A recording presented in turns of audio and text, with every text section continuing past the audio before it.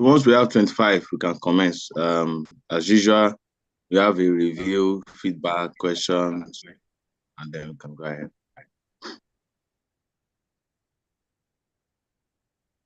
Okay, sir.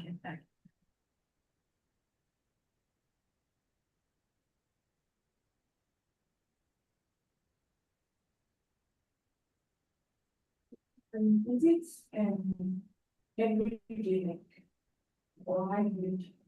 Hybrid.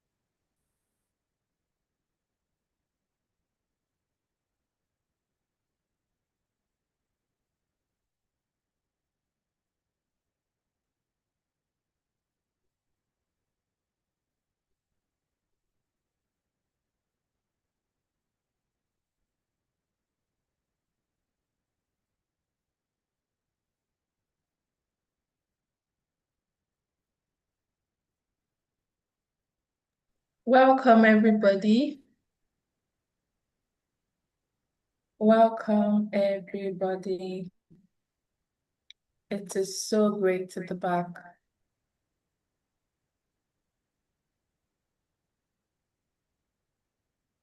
Welcome. Let's kindly tag your fellow participants on the group chat. That class has started.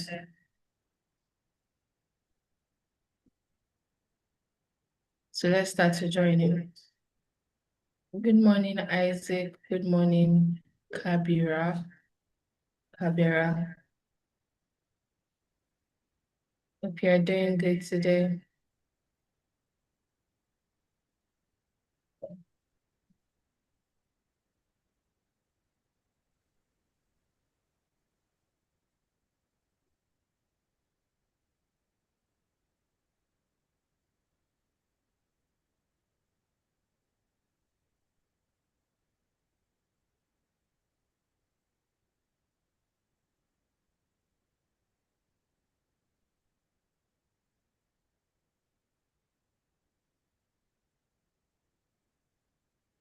Let's join in. Class has started. Class has started.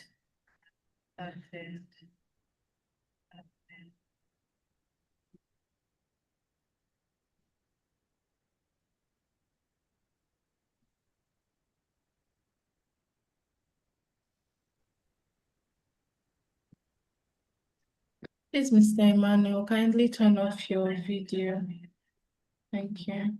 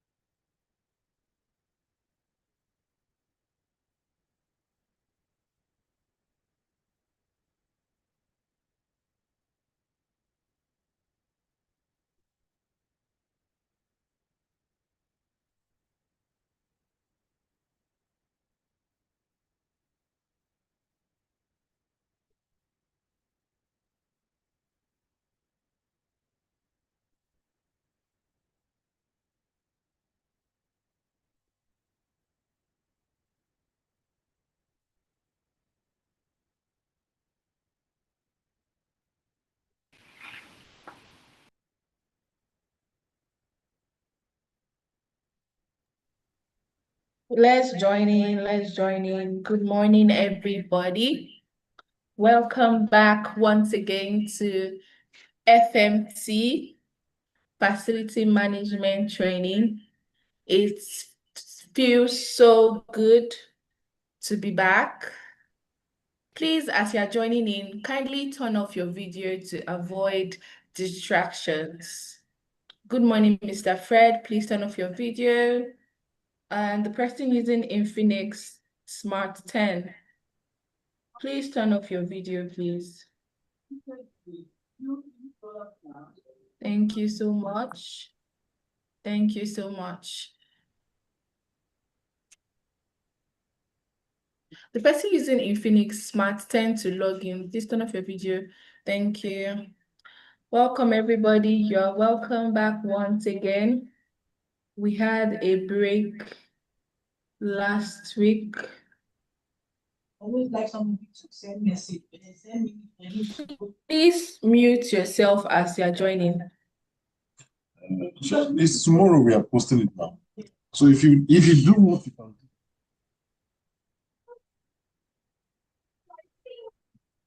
do. Please mute yourself as you join to avoid distractions. Welcome everybody. So like I said, we had class didn't take place yesterday due to the holiday, and I hope we all enjoyed our holiday, and also to our Muslim fellows. Hope you enjoyed your Salah. Hope it went well. Please drop a message on the group chat saying that class has started. Because it seems like some people have forgotten that classes happen on Thursday on ENT. To tag your fellow participator, just drop a message, class has started, or send a picture or a screenshot of the class and tell them that class has started. All right. Welcome, everyone. We will start the class when our number is up to 25. So we don't have to go back again for the sake of others that are joining late. So please drop a message on the group chat saying class has started.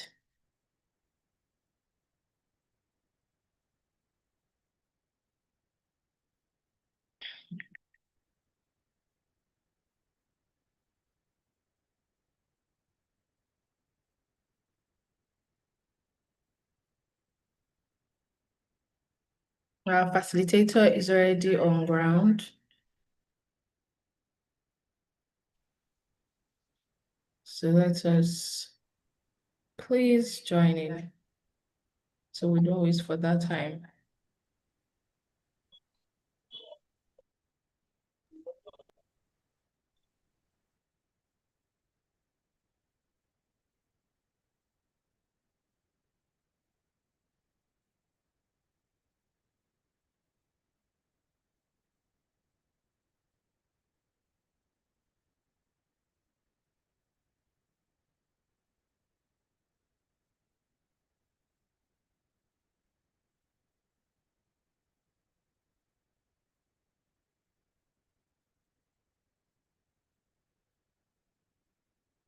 We are close to 25. We just need to get to 25 before we start. Hi, Shidima. Good morning. Please, can you turn off your video? Thank you. Those one that were not smiling, we're not talking this morning.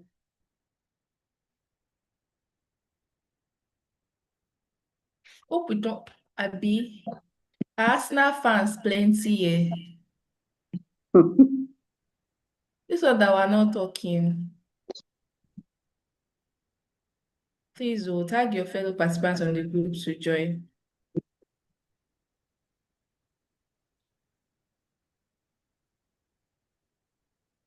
Tag your fellow participants on the group to join. Class has started.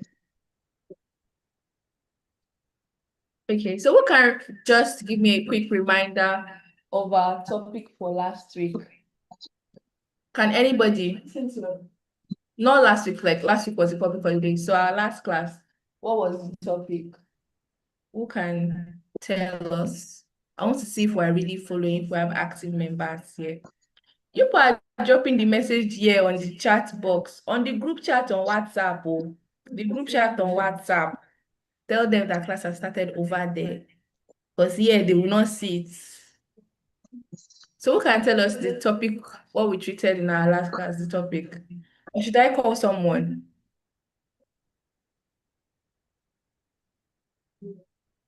Okay, that means I'll call someone then. Mr. Adeola Okwade. Are you here? Mr. Adeola Okwade.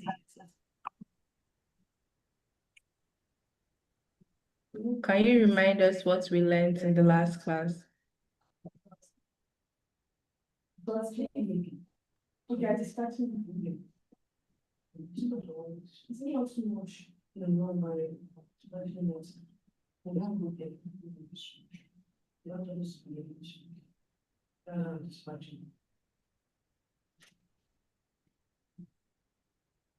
Adiola is no more here. All right, no problem.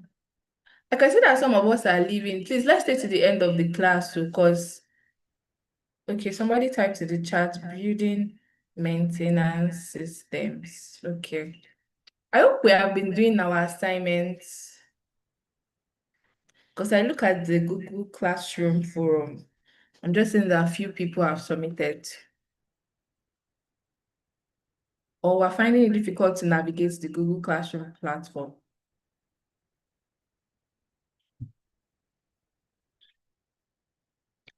This one that we're not responding today. Oh, we're all fine.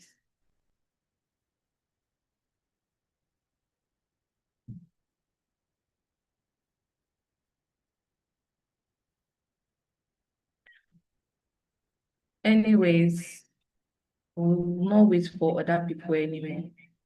So let's just go straight to the class.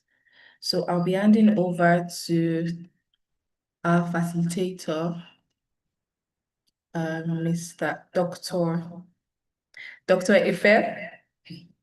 You're welcome, sir.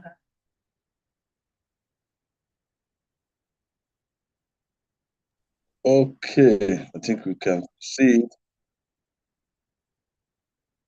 Hello, can you guys hear me? Yes, sir, I can hear you. Yeah, this one, everybody is just quiet today. Yes, we can. So as usual, we enjoy ourselves for 2. I know that by the time I finish playing my PC, nothing you guys can do. Just have to enjoy. Share it. So by the time I finish, Be afraid just as long pick up. as you stand. So I saw that Peace was trying to encourage guys to respond. So, but for me, I need you guys to stand by me. As today will be a bit interactive. When the night has come For me, guys. and the land is How dark did you guys start? Can you and the please? moon is the only light we'll I'm see. getting a lot of feedback to be interactive. No, I I want to do won't some be kind of afraid. evaluation. I So you can meet won't be your afraid just as long body, right? as you stand. So you guys, Stand by. you know, So sure darling, that stand by me. you know, like I said, every time you come here, Stand by always me. be a word like a Oh, toothbrush. stand, And I need someone to stand by me. remind me the last Stand word. by me. I think the word is excellent. It's the sky Today we'll be that talking we about look upon which at the end of the should day, tumble so by and the time fall. we're done, All the mountains 25, should crumble 2028, to the sea. so that this is I won't cry. I again, won't cry. No, this training I is won't shed particularly a organized tear, hypothetical. just as long as you stand, It's a way of giving back. stand by me. And And another training going on don't stand energy management. by me. So by now, Oh, I think I'm ready to stand go ahead. by As me. usual, the first thing is to do a video of the class. Stand now, The first one, stand by me. and then Stand by look into this management. I want to clean it. So please, as a rule for the class, make sure you mute your audio and ensure that your video is off so that we have little or minimal distraction. And for those that are just joining for the first time, just put an emoji there, maybe a thumbs up. Let me know our first time. We need to do that. And then we'll have someone that's been in class for last 2 months. I can see the number is increasing. Please all this, share this link to your friends, to your company, someone that you know might benefit. Also, all these trainings are also requested to page. So it means that, all right, thank you. I think my music is over from here, so I'll be back to the class. So we have 29. So once again, I don't know who's on the screen. Please, as part of the rules, please ensure that you turn off your video. I think there's Abayomi Agbero on the platform. So please help me to monitor the video because we're recording this session. So we should only have, I don't know why Abayomi's video is on the main screen. So let's find a way to, yes, control that narrative. Adedeji Tuesday. So once again, you guys are welcome to the facility management training. This training is a free training, and we have 6 modules. This training is every Thursday, 11 a.m. So please, I want you to put that in your calendar for the next 3 weeks because we are already rounding up the first half. They say better is the end of the thing than the beginning. So we'll be going on the second lap after today. Just as usual, before I ask somebody to give us a review, for me, the word this morning is just diligence. And diligence has just 2 words: consistency, perseverance, and being thorough. I'll play the video maybe at the end of the class that talks about diligence, but not for now. Diligence will make you to start something and finish. Last week, who can remind me the acronym I gave last week? I gave an acronym called GATE. And I said GATE means greatness achieved through what? Excellence. You want to be great in life, have a touch of excellence. And we're able to listen to a video from Martin Luther King that talks about excellence. And he ended that word with learn, baby, so that you can earn. So it's only those who learn that will earn. Your level of your earning corresponds to the level of your learning. So that's why those that will achieve success in life will be those that have learned every week.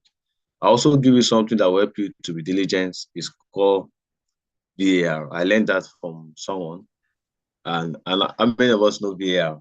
If you're watching football, at the end, when there was an issue on the pitch, the referee will go and check his screen. Maybe he's not sure of the incidents on the pitch.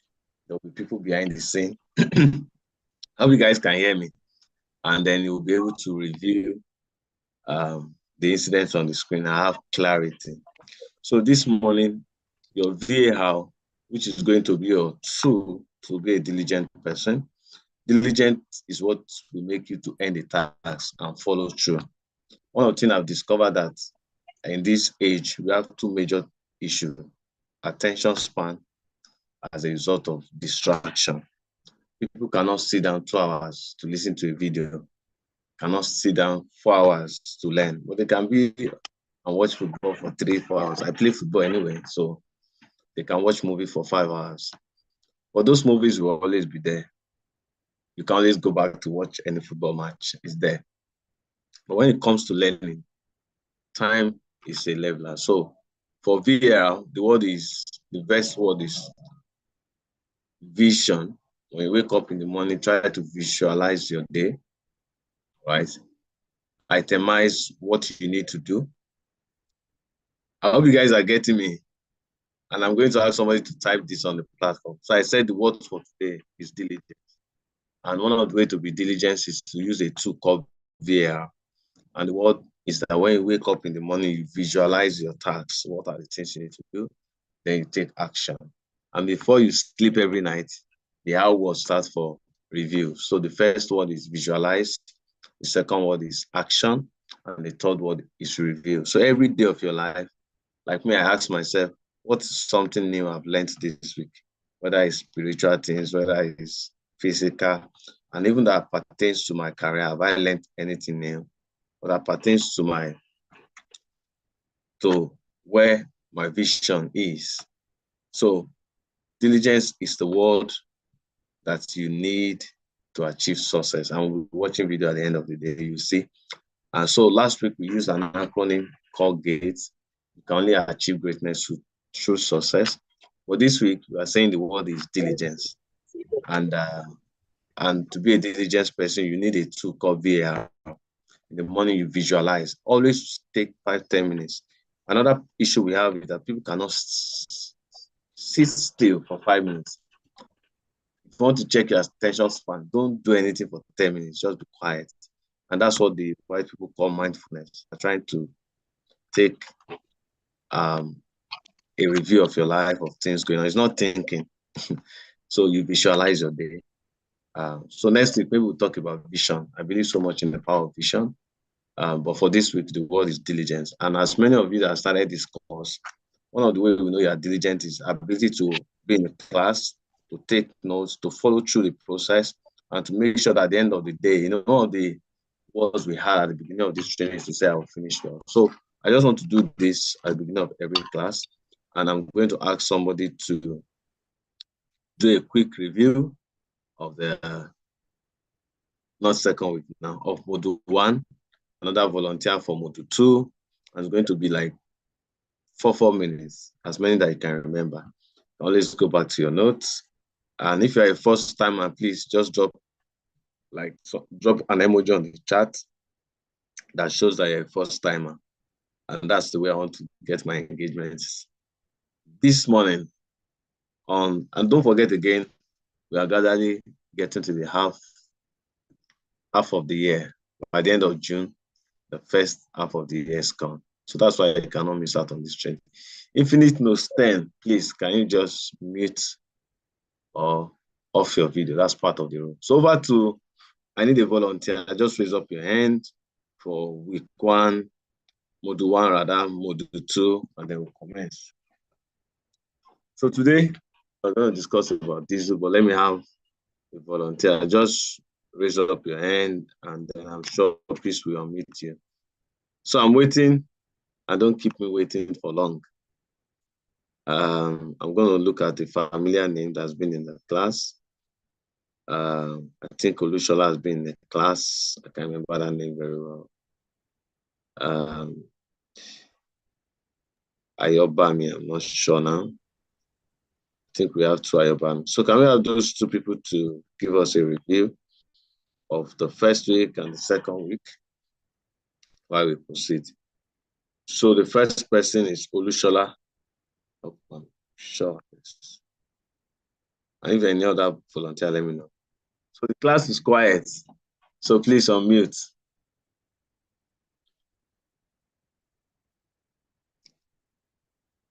Hello.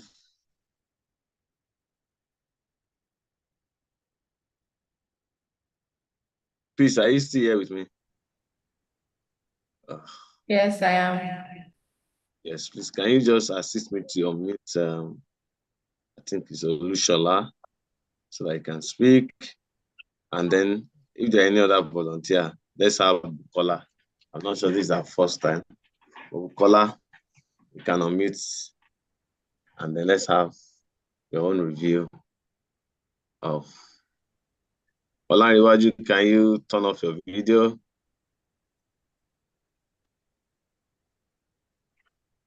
Can you hear me, sir? Yes, now I can hear you. Give us a review of Okay. maybe the last class. I think let's just take the last class, Module 2. I mean, the holiday has made all of us to be a bit tired. Don't worry. We'll pick up from where we stop from. Hello? Okay, go ahead. I can hear you. Yeah. Can somebody mute Infinite Note 10 Adedeji? I think they are distracting the class. Infinite Note 10 and Adedeji, please help me to unmute them since they are distracting the class. And then after Abayomi, then you can unmute Isaac. Ulushola? Okay. Unmute Isaac. Isaac, you can go ahead. Don't forget, as part of requirement to get your certificate, checking your participation in the class, your feedback. So if you are not working for 6 weeks, you didn't contribute, you didn't submit assignment, you might not get your certificate. So Olushola can go ahead. And then Isaac. Okay, sir. Good morning. Hi, good morning.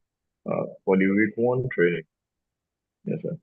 For the week 1 training, we talked about introduction to FM, where we talked about the pillars of healthcare, which is people, place, process, and technology. Then we went about to talk about get to feel in FM, which is knowledge, skills, resources, network, and repetition. And then for the week 2, we talked about introduction to FM. We define FM. We define FM as a multidiscipline to ensure functionality of the built environment by coordinating people, places, process, and technology. That is, you manage the built environment, you ensure safety of other users and the occupant, then you ensure comfortability and efficiency of people and the assets. Then we talked about the role of an FM. Then we talked about the facility manager is the steward of the built environment who manages risk assessment, IT, safety, and get service delivered. So as an FM, you act as an operation manager, you act as a compliance manager, as a budget controller, people manager, and risk and assets managers. Then we went ahead to talk about FM as a strategic business function. Then we talked that 30% to 40% of total operation cost. Then we talked about worker productivity gain. Then we talked about asset lifespan and extension, that's 2 times. Then we went ahead to talk about the ad service and the sub-service of an FM, where the ad service involves building fabric and structural maintenance, where the sub-service is what people do mostly like cleaning and housekeeping, the security and man guarding, waste management and recycling. Then we talk about FM life cycle too. That is the planning stage and the design stage, the construction and the commissioning, operation and maintenance, then the disposal and the decommissioning stage. Also, we looked about the types of maintenance. Mostly we talked about 3, which is reactive, preventive, and the predictive maintenance. The reactive is when you fix it when it breaks down. Then the preventive part is you fix it before it breaks. Then the predictive part is fix when data says so. That is using of IoTs and the likes. So we talked about some key terms also, like SLA, like CMMS, SLA, which is service level agreement, CMMS, which is the computerized maintenance management system, BMS, which is the building management system, TFM, which is the total facility management. So these are what I can cover for week 1 and week 2. For the week 3, I was very, very distracted that day, so I couldn't follow. All right, But thank you I'm very going much. through the notes. Thank you Thank you very very much. much. You have really tried. You have even covered all this. So Isaac, maybe take the last model when we discussed about building maintenance, building management system rather. So just a quick one. And then we have only one first timer in the house. I want to believe so. I'm seeing is there Adedamola, Adedola Pomojua. So you're welcome. And so thank you for the recap. So over to you, Isaac, for the last model. Good afternoon. Good afternoon, Yeah. everybody. Can you hear me? Yes. Okay. Concerning building maintenance, we gave a definition of what building maintenance is. We said building maintenance refers to all technical and administrative activities that are carried out to maintain a building so that it can remain functional, it can remain safe, and be in an efficient condition for people and the operation that is to accommodate. Then we talk about the technical aspect of it, the administrative actions, and the operational goals of the building maintenance. So from there, we went to the types of maintenance system. We talk about the reactive, we talk about the corrective, we talk about the preventive, predictive, and the condition based. The reactive is, we said, is it is after failure. Then the corrective, we said it is a planned repair after non-fault. The preventive, we say this comes up when service before failure. Then the predictive, we say, if this person says the predictive, we say is data and sensor driven. For the condition based, we said it is an optimized maintenance based on consequences of failure to critical cases. So from there, we went to the planned predictive maintenance, that is the PPM. We said the professional FM standard for it is you schedule it, you track it, and you prevent it. So the key benefit of it is it reduces unexpected downtime, it improves occupants' safety, regulates, it helps to meet regulatory requirements, it reduces reactive maintenance costs.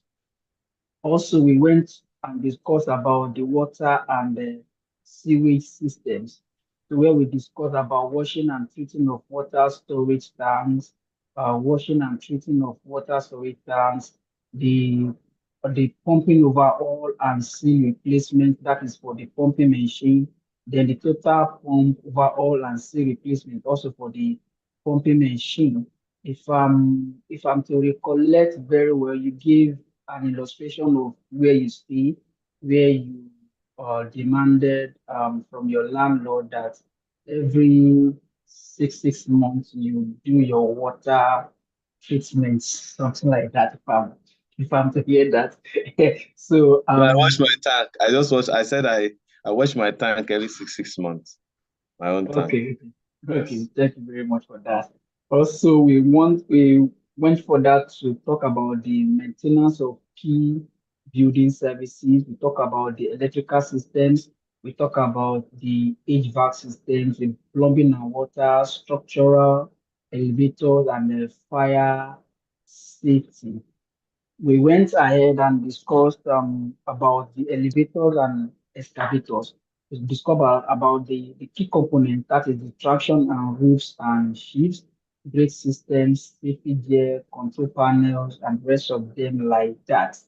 Um, the digestive tract of plumbing and drainage, you shared a diagram which was managing fluid flow, pipe sizing based and the discharge unit. There was a diagram that shows the critical ppm, the soil and water drainage, like that. Then we talk about fire and safety, fire and life safety systems. We talk about the class, the material, and the exhibition. The class A, we say wood, paper, fabric, and I'm forgetting that part. For the exhibition, it is water or foam exhibition. Then class B, we talk about flammable liquids, diesel, and petrol. Then the exhibition is a foam or dry powder. Class C, we discuss electrical equipment and cables. Then the exhibition is dry powder and CO2, carbon dioxide, if I'm not mistaken. Then class D, talk about metals. So the exhibition is a specialized dry powder only. Class C, we talk about cooking oils and fat. Then the wet chemical exhibition. Um, talk about the electrical systems deep dive. This is what I can recollect concerning building maintenance. I've tried. I've tried. Can we just put our hands together on the chat box for both Isaac and Olushola? And I want to announce on the platform. Let's engage that platform. Let's encourage them. You guys have really tried. In fact, they had a detailed. Again, as a result of what they have done this morning, both Isaac and Olushola already have access to the next class. And that access will come at nothing less than 50% discount, or might even say 100%. But I can assure them they already have a seat in the next class. Don't forget that these are fundamentals. And so, because I've seen people ask questions, I say, yes, what we can do is first to build a foundation. And once we have built that foundation, then we'll now begin to put structure. But you could see very well that even though it's a foundational class, we've tried our best to make sure that they are well detailed, robust. In fact, some of our case study are questions they will ask someone that has 5, 6, 8 years of experience. And if you can answer all the questions of case study, I can say for free that there's hardly any interview that you struggle with. If you understand in fact, the first 2 modules, if you understand it very well and you go deeper, right, there's hardly, then coupled with your experience. I used to tell people that I also have a philosophy called SEED. If I go for interview, they say, talk about yourself. I just talk about 3 things and I use an acronym: the skills that I've acquired in the job, how I've used it. I talk about experience, my physical experience, which is what I've been sharing most of the time on the platform. I also talk about my education. It's important that beyond the experience, there's an education. Then, like I said, the last word for SEED, this is supposed to be for next class, is diligence. In the sense that I talk on how much I've been able to follow through a task, execute a task, what has changed since I've been on a job, right? So try and do that. Coupled with education, this is a part of education. There's a part of experience where what you have learned, you're trying to relate with, and you're going through it, right? So now I'm going to do something very, very quick. I want to ask anybody on the platform. Again, I want to ask before I proceed. If you know this is your first time of joining us, just engage the chat room again. It's going to be interactive. I'm not sure if Adedolapo is your first time, because I'm sure I saw an emoji. I don't know. If it's your first time of joining us, kindly let us know, so that we can carry along. We can add you. This is my second time, so don't worry. First time. I only taking first timer before we proceed. The essence why we had that review is that people will not say, they carry me where they go. Zoom user, I don't know what's your name, because we might want to engage you. There's a WhatsApp group that you can join. If this is your first timer, I want to take all the first time and I proceed to the next class. Because what I want to do next is a case study of our assignment that will take us to the next class. Right? The next class is more conversational. small discussion. It's more of a discussion class. And I'm going to ask questions. So Adedolapo, can you unmute? Let's welcome our first timer. I don't know who is a Zoom user. Just tell us where you work. How do you get to know about the training? And then we'll proceed just to encourage you. And then please make sure you kind of follow through the other classes. So Adedolapo Omojua, your name, where you work, how did you hear about the training?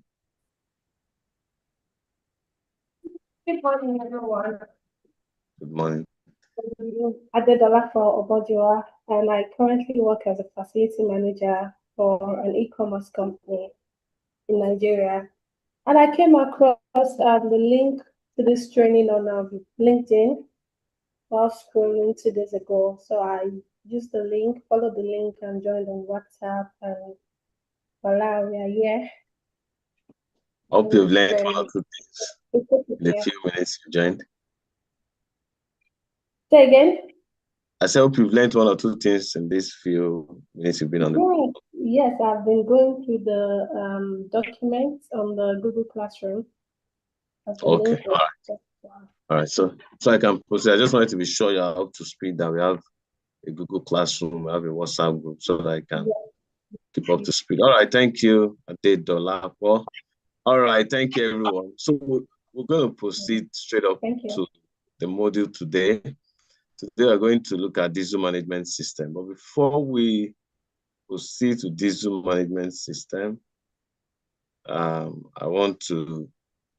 ask somebody that has been in the class to look at the first scenario, and that will take us to the next slide. So just the first scenario.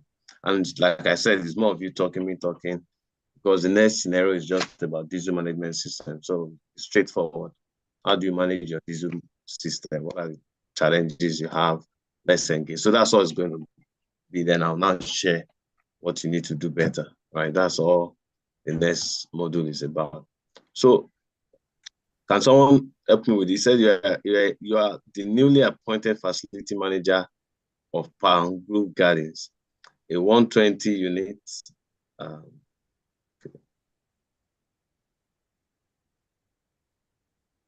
Hold on.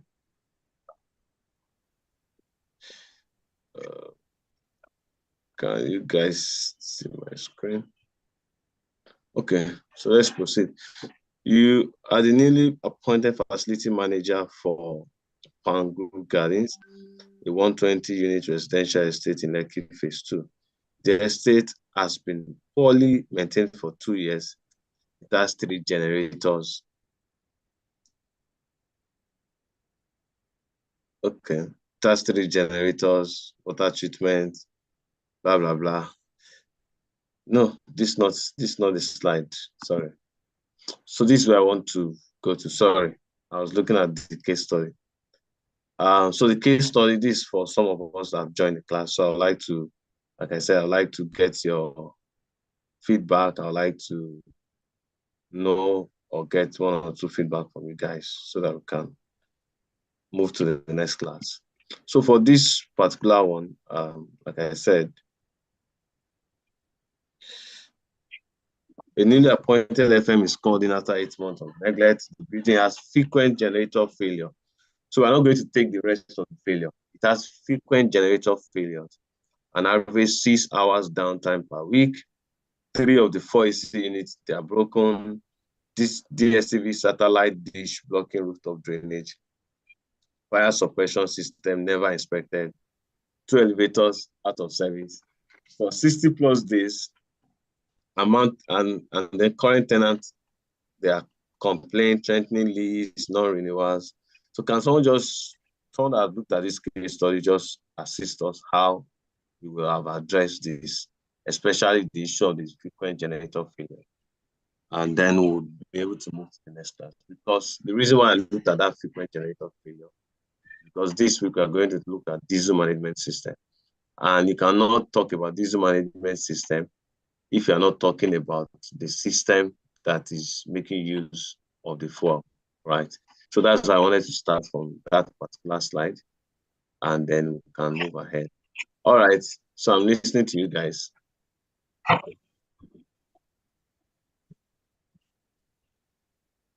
Hello? Hello? I need a volunteer to answer the next question. What's my next? Those guys, when I not allowed to enter. Ah, But I Victor. see the way for the call. I never see the call. Yeah. Who is that person? Can someone just assist me with this infinite smart time? I don't know what's going on with this person. So I need someone to respond to that particular question I asked on slide 2.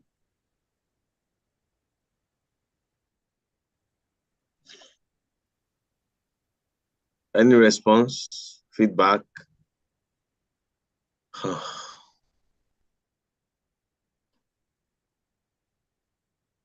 It's only Dr. Ife, okay. I don't know who's responding to me. You can go ahead. I'm trying to figure out who is responding. Go ahead.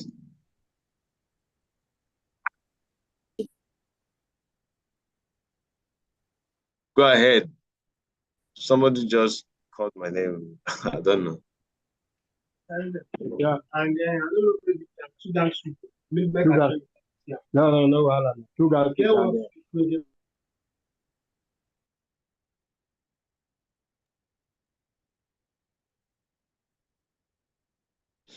Azubike. Okay. Someone said I should display the case study. Yeah.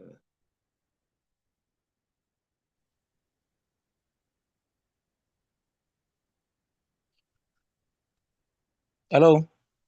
Hello, can go ahead. Azubike, Okay. go ahead. So, good morning, sir. And Good thank morning. you once again.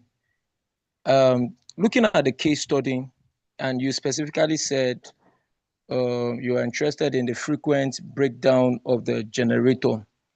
Yeah. In my own case, what I will do, I might be a little bit wrong, but this is what I think is right. First of all, we need to do a power audit for the generator. We need to ascertain the load that it can carry, then also to ascertain the load that is in the 6th building. It could be that the load in the old building, the generator cannot power those loads. That is why it is breaking down so frequently. So we need to know the load in the building and the load if the generator can carry the load. And also another thing to do when we do this power audits, we also need to check the generator if the generator itself is in proper condition. We will need to check the electrical system if there is no breach in a particular place.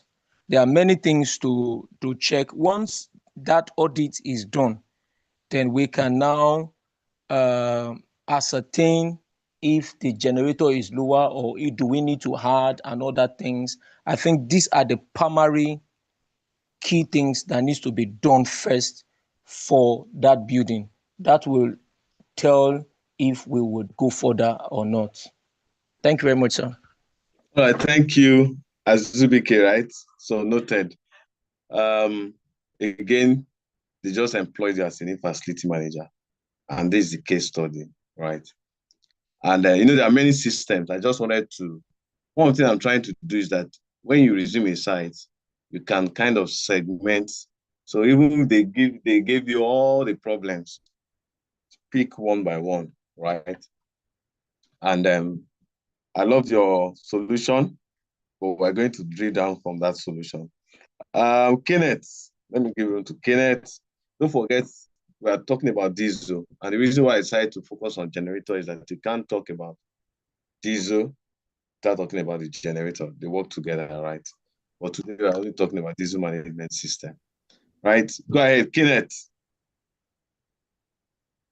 Good morning. Good morning. The first thing I would do, I would take a look at the maintenance log of the generator, see how they conduct their maintenance on the generator, check the quality of the diesel they are using, also check the quality of oil they are using. Basically, that will be the first thing I will do if I want to ascertain why the generator is failing. Because the generator cannot fail without its components within the generator failing first for it to go down. So the major thing I will check is the maintenance log. I will check the quality of diesel and the quality of filter they are using. All right, thank you. I'm enjoying the class, so this is practical, right? Don't worry, we'll finish the class today. It's not a big deal. Dolapo wants to say something. And while we were just all discussing, I just remember something I used to ask people when we are in a class. All these things we are saying can be summarized into one word, but that's fine. I'll keep getting your feedback. Again, I want to read. You are just employed to a new site, and then you met problem. And that's always the problem this time here, that they've changed the facility manager. There's some side they will ask me that, want to please our facility manager? I'll first ask them, what is the problem? Do you understand? So let's go ahead. Dolapo, our first timer, is already shining today. So you can go ahead, unmute yourself, Dolapo, and then Peter, and that's all. So we use the first 1 hour to do a review, then the next 30, 40 minutes will be next. So Dolapo. So I love all the engagement. Everybody is raising up their hand. Peter is raising up his hand. So Dolapo, you can go ahead. Like I said, I'm not sure I can see everybody in that room, but I'm sure I can see Dolapo. Can you hear me, please? Yeah, I can hear you now. Okay. So if I'm appointed as the FM of the facility, which has usual generator failure, I think the first thing I'll check is if they have a signed service level agreement on their generator, considering that it's been 8 months of neglect. So the generator probably has not been serviced for the longest time. So I would check if they have a signed agreement for maintenance, and like Kenneth has also highlighted, the quality of materials used before. All right, thank you guys. I'll take Peter. Peter, over to you, Engineer Peter. So let's hear from engineering perspective. Peter, go ahead. Good morning, everybody. Good morning, sir. Yeah, I want to come in like this. Generator having issue. Now we just have to look at it. Constant breaking down, like you have said that if we look at what we have on the slide, telling us it's been like 8 months and all that. Now the first question is this: is this generator oversized or undersized? We should not forget that. We should look at that too.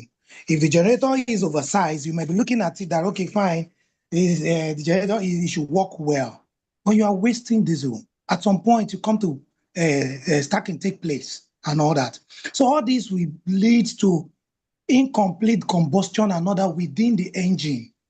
And what you are producing at, what do you call it, exhaust will be thick and all that. It even give more this thing to your turbocharger and all that.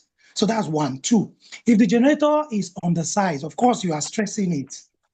Then you look at that. You may make a recommendation concerning that.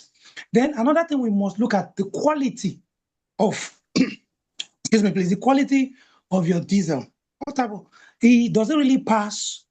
The average range for you to use in operation of that generator. So those are the first thing I'll quickly check for before every other. Of course, any other things are still there, but basically these are the things we'll quickly check for. Thank you, sir. Thank you, guys. Thank you, guys. You guys have been amazing. Like you guys are amazing. But let me now ask a question. Finally, what is the difference between inspection and audit?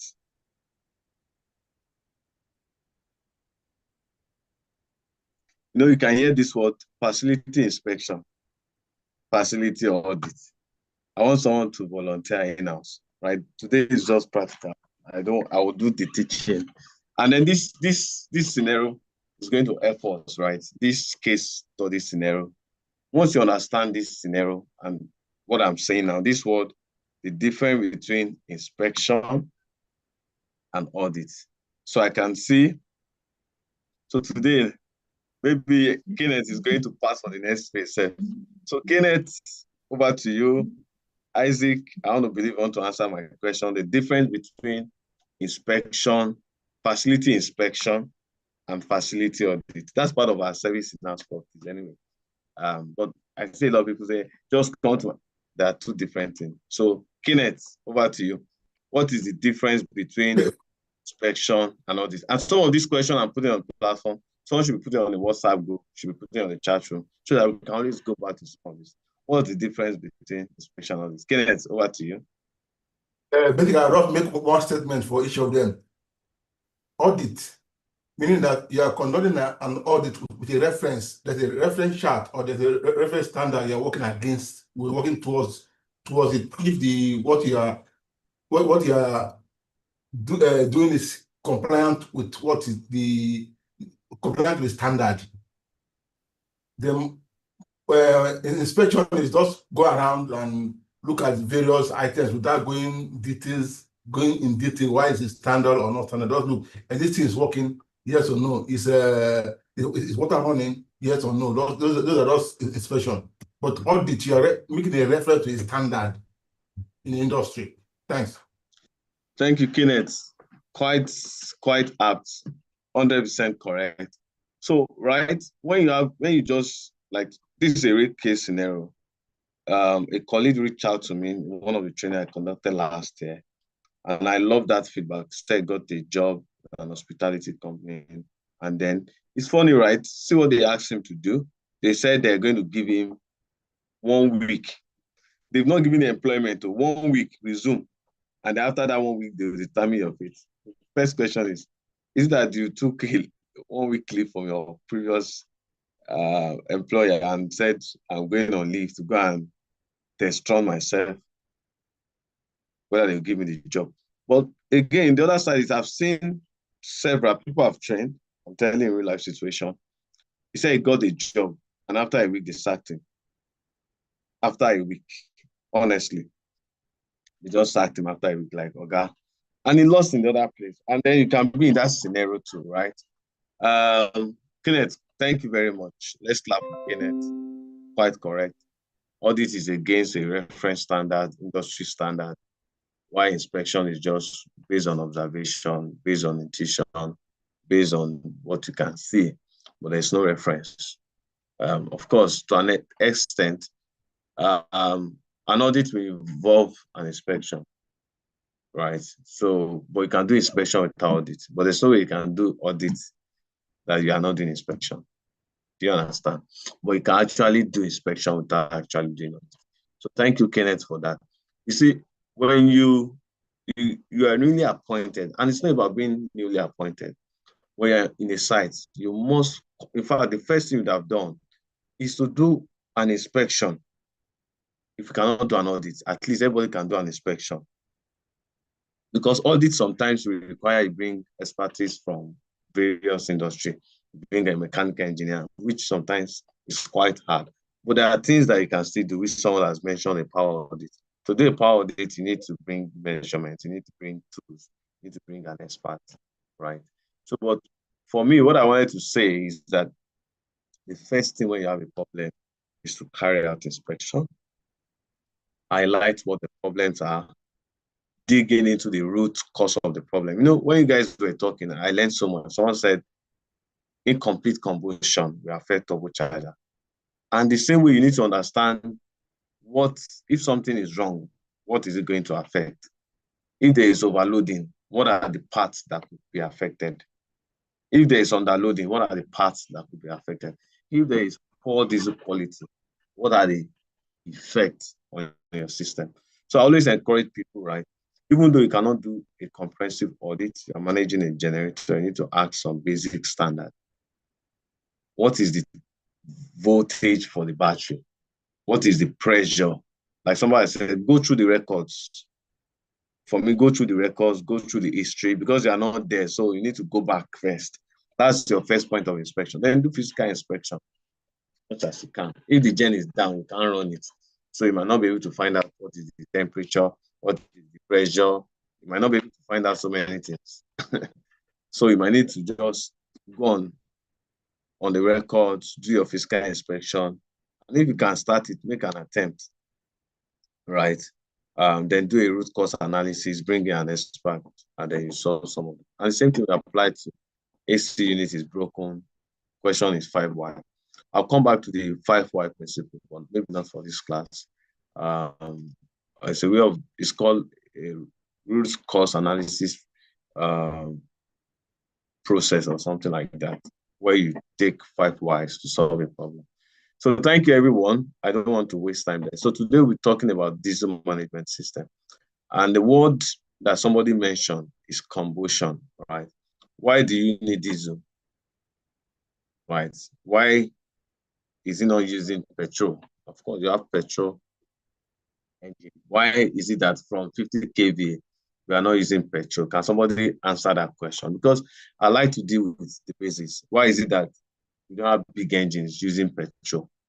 So anybody can assist us. I'm sure when it comes to petrol, the max, maybe 6 kVA, some max, maybe 10 kVA, maybe, or anything above that. So we started the class, it's just 16 slides, you can see. So it's an enjoyment class. Can someone assist us in this class? Why is it that some generators are bigger ones that are using your facility, they're using diesel and not petrol? And that's where that's going to be my first starting point. But this class is to tell you how to control diesel, prevent loss. That's what this class is about. And maybe I'll give room for SN if he has room to discuss or so on. All right, let's go ahead. Olushola, you want to help us or bail us out? I like to ask questions. Oh, thank you for the opportunity. Yeah, I guess why bigger engines uses diesel over petrol is because of higher torque at low speed. That is, diesel engine produces more pulling power, even when they are low. More what? They produce more power at a very low capacity. They have a strong pulling force when at low speed. Than petrol. And I also maybe for better fuel efficiency. Better fuel efficiency. Any other person in the house want to assist us? Let's just engage. It's good. Because if you come for an interview, I can ask you that question. Why is that this 100 kV outside is not using petrol? Why is it diesel? Olusegun, thank you. You want to rescue us?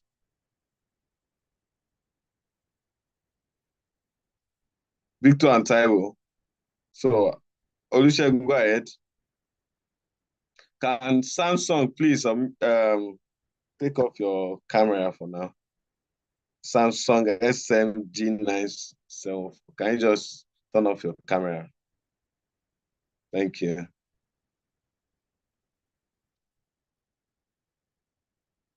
Unmute yourself, Olusegun.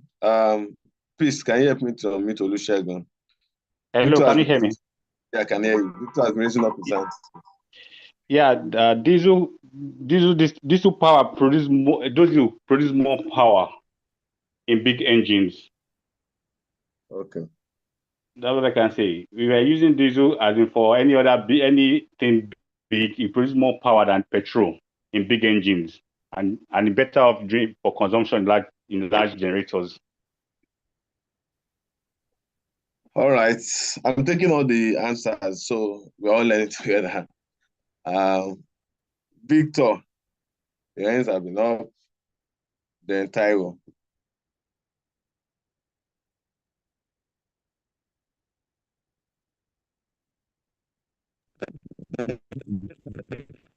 Okay, good morning. Good morning.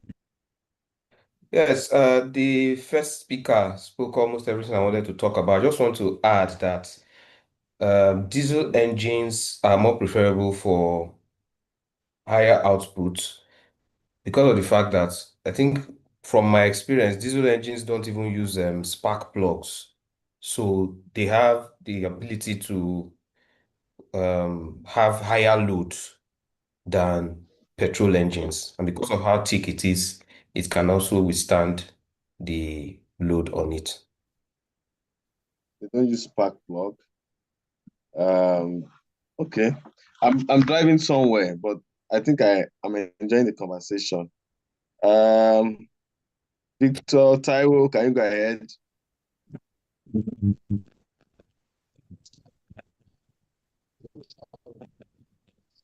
Taiwo, Ayobami.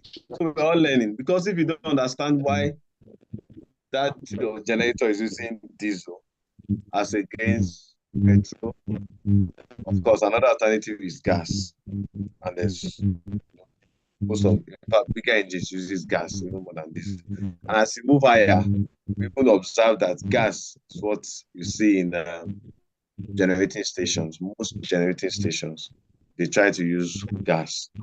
And there are also reasons for that. But let's stick to this. Let's go ahead. I'm going to take 2 more and then we'll move on. It's just 15 slides to look at diesel management. All right. Taiwo, go ahead. After Taiwo, I think the next person should be Emmanuel. So Taiwo, go ahead. Can you increase your volume?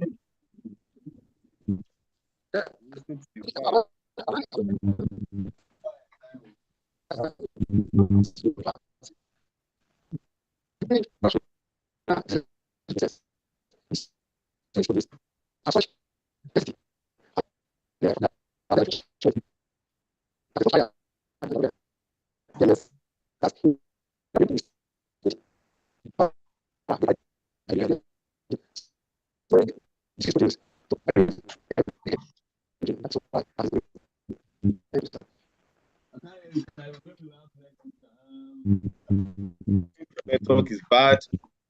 Can you just mute? Thank you. Emmanuel. And that's all. Thank you, guys. And all the responses are correct anyway, to an extent. They are all. Emmanuel, go ahead. Hello. Hello, Yeah, sir. Good morning, sir. good morning. Yeah, I can hear you. Go ahead. Okay, so diesel is usually preferred than petrol because diesel can pack more energy per gallon, and the engine can also operate on a very high efficient compression ignition cycle. Thank you. Any other?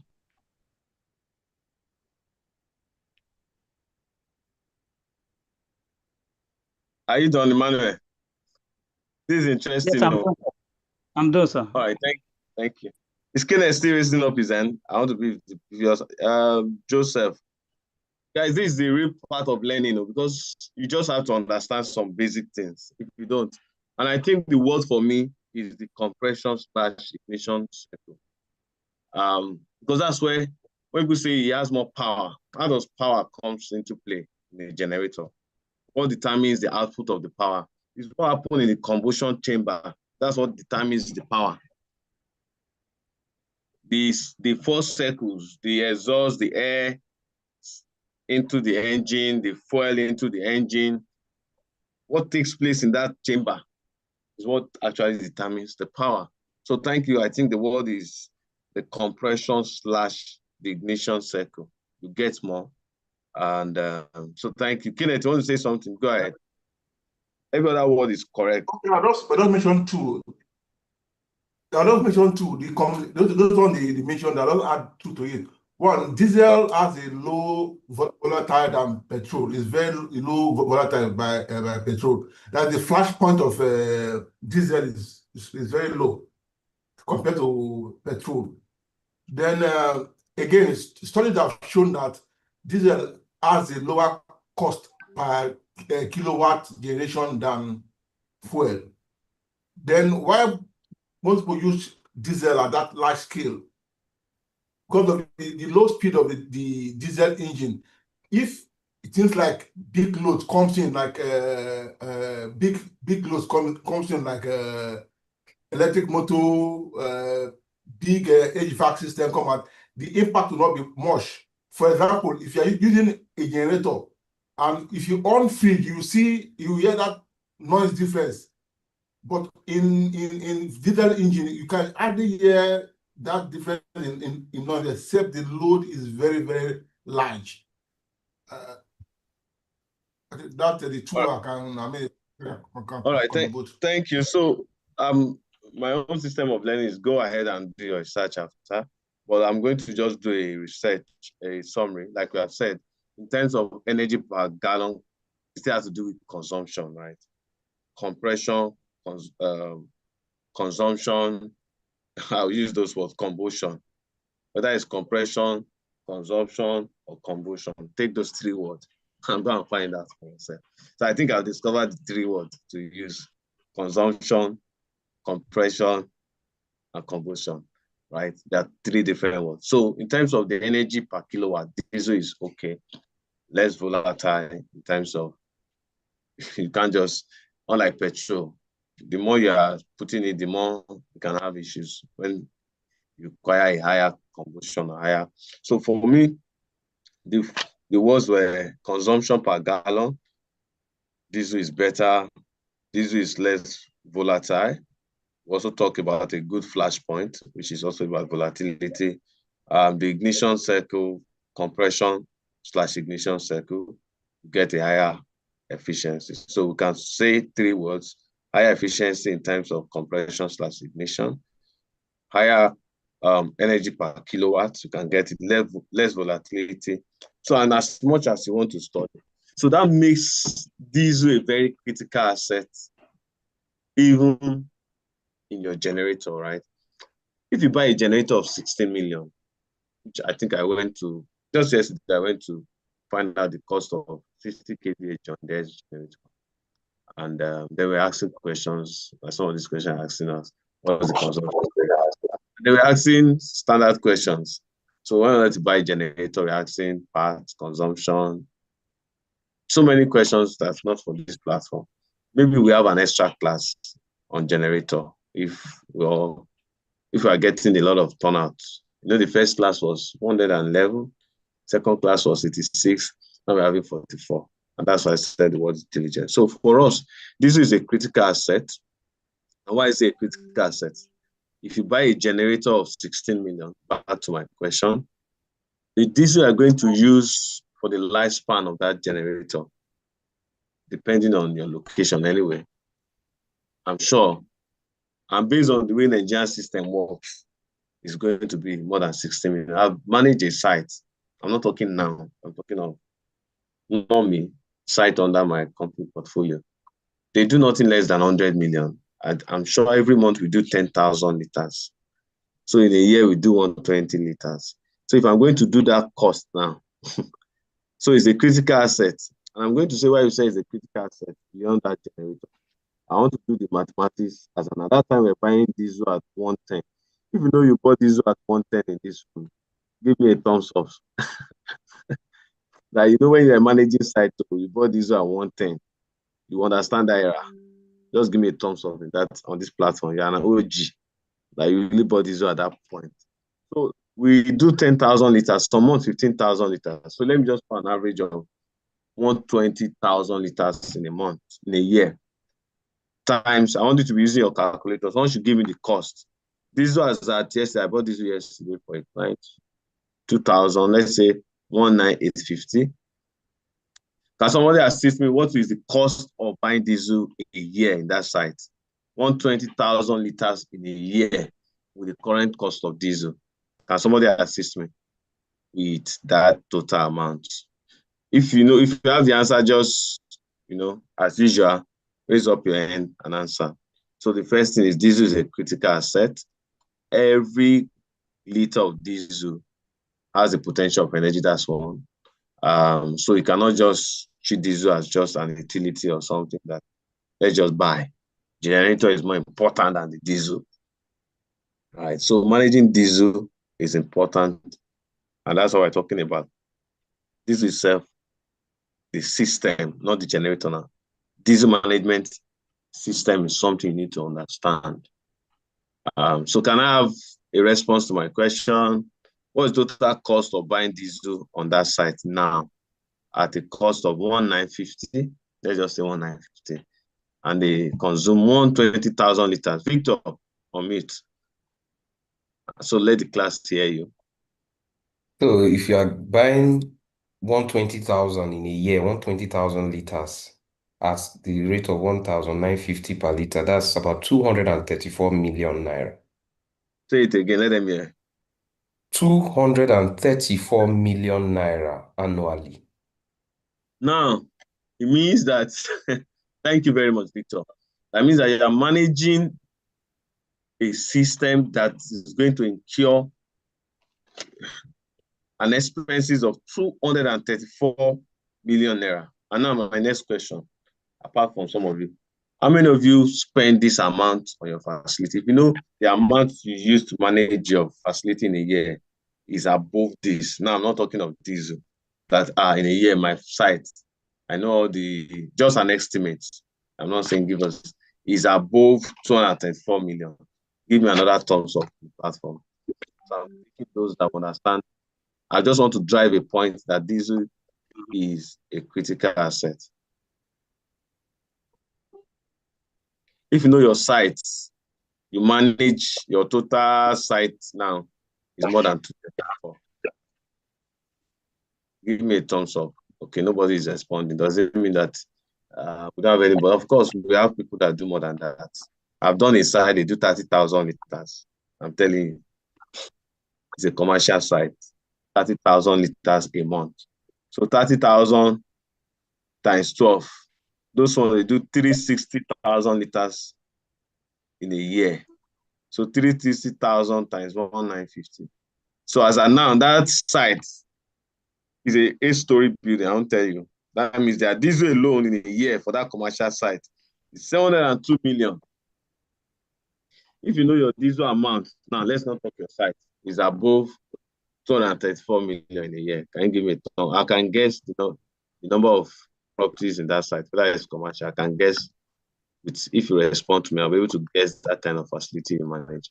Now, so the point is, diesel itself, and I've said it on this platform, energy itself will take 70% of your revenue. So if you don't channel your energy properly to that section, you'll be seen as a cost center. Imagine you're managing a building, and I'm telling you, this is not story, and that building is in VI. I know the building today, they do 30,000, a whole big tanker comes to that site every month. So as a facility manager, you need to be wise. If you're managing such diesel now, you need to be very wise. So this is a critical asset. So why should diesel be treated as a control asset other than fuel? I think I've mentioned that. Somebody also want to answer that based on some of the questions I've asked. I said will come in later, right? So I've mentioned two sites. One is using 234 million for diesel. We have not talked about generator servicing and everything. So that site with generator servicing in a year, with the current price, it should be doing like, if your diesel is 200 million, let's say gen servicing with 30%, this service in my head, a proper one, 20% of your consumption. I'm just saying my own. There's no rule of thumb. But if your gen is old, you might do more than that. So with the current situation, they're doing over 300 million on that energy sector itself. So I can see that diesel itself is 234, while gen servicing is 30. So you cannot afford not to understand the proper or have a proper diesel management. And the problem is just one problem, data, right? Most people have visibility problem. And I've said last week, can someone give me the 3 M's of proper management of any system? in facility management. Can somebody still remember the 3M model? What you cannot do this, you cannot do this, you cannot do this. Any volunteer in the house? And that's why I said, following this class, having your own model will do a lot of good. Am I getting any hand raised for the 3Ms? And the 3Ms addresses the issue we have, data gap. And I'm going to open up the platform. How many of us have real life data visibility of your diesel? And that's where we have this page. So let's keep the class bubbling. And I want someone to answer my last question and then raise up your hand if you have accurate data. How do you measure your data for your diesel consumption? And then we'll talk about some of the solutions. So I'm not getting the hands again.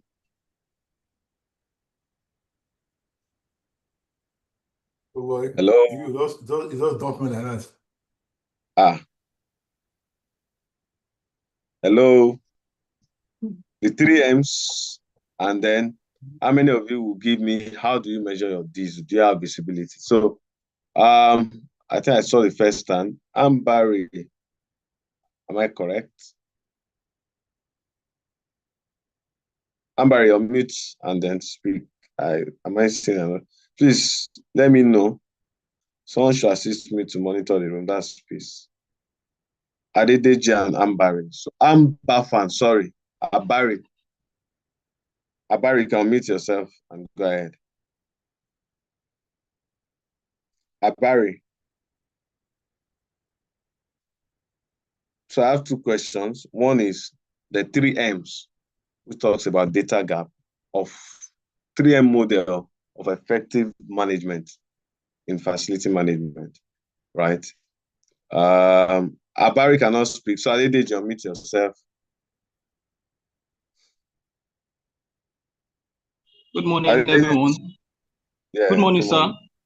It's afternoon so, now. We're enjoying the class. Questions. The 3Ms of the facility management, which is monitor, measures, and manage. So facility manager should be able to learn to monitor, to be able to measure, and to be able to manage. So remember this 3M. And why I'm saying all this, that when you go for interviews or you want to, it's not about interviews anyway. I don't like saying that word. I don't like that word interview.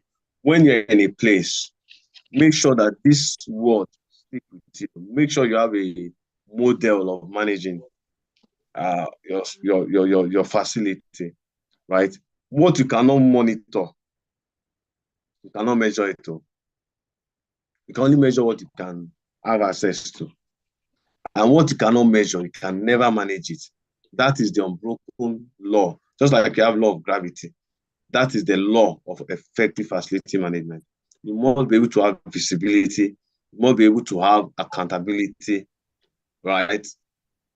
And then you must be able to have proper management. No visibility, no accountability, there is no management. There's no improvements. And I also say what you cannot manage, you cannot improve. So I added that my own. Whatever you cannot manage very well, you cannot do, you can't improve that system. You cannot ensure that it's better. So back to what we have said. How many of you have, or how do you measure your diesel? I want like 3 volunteers. How do you have visibility to your diesel? How do you guys, do you have this? What are the major problems you have? Let me just answer this question. What are the common failures you have in mind, or what are the challenges you have in your diesel management?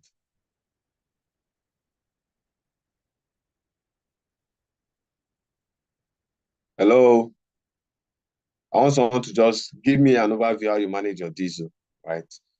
So like 3 volunteers, and what are the major challenges you have? That's all.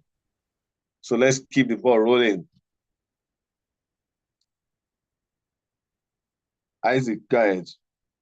Isaac, thank you for explaining us this class. Okay, good afternoon once again. Yeah. So, like where I work currently, I manage diesel. So, we do there on the tanks that the storage tanks that runs into the generator, we have hose that are connected to the tanks. So just of recent, I discovered that the hose, should I say, they are getting dirty from the inside, so we can't even see the diesel level from the hose, although the tanks are calibrated. But what we now do, we now use a calibration stick like the one they use in the petrol station, a dipstick, that calibrated one that they use in a filling station. So we have it, and we have what's it called?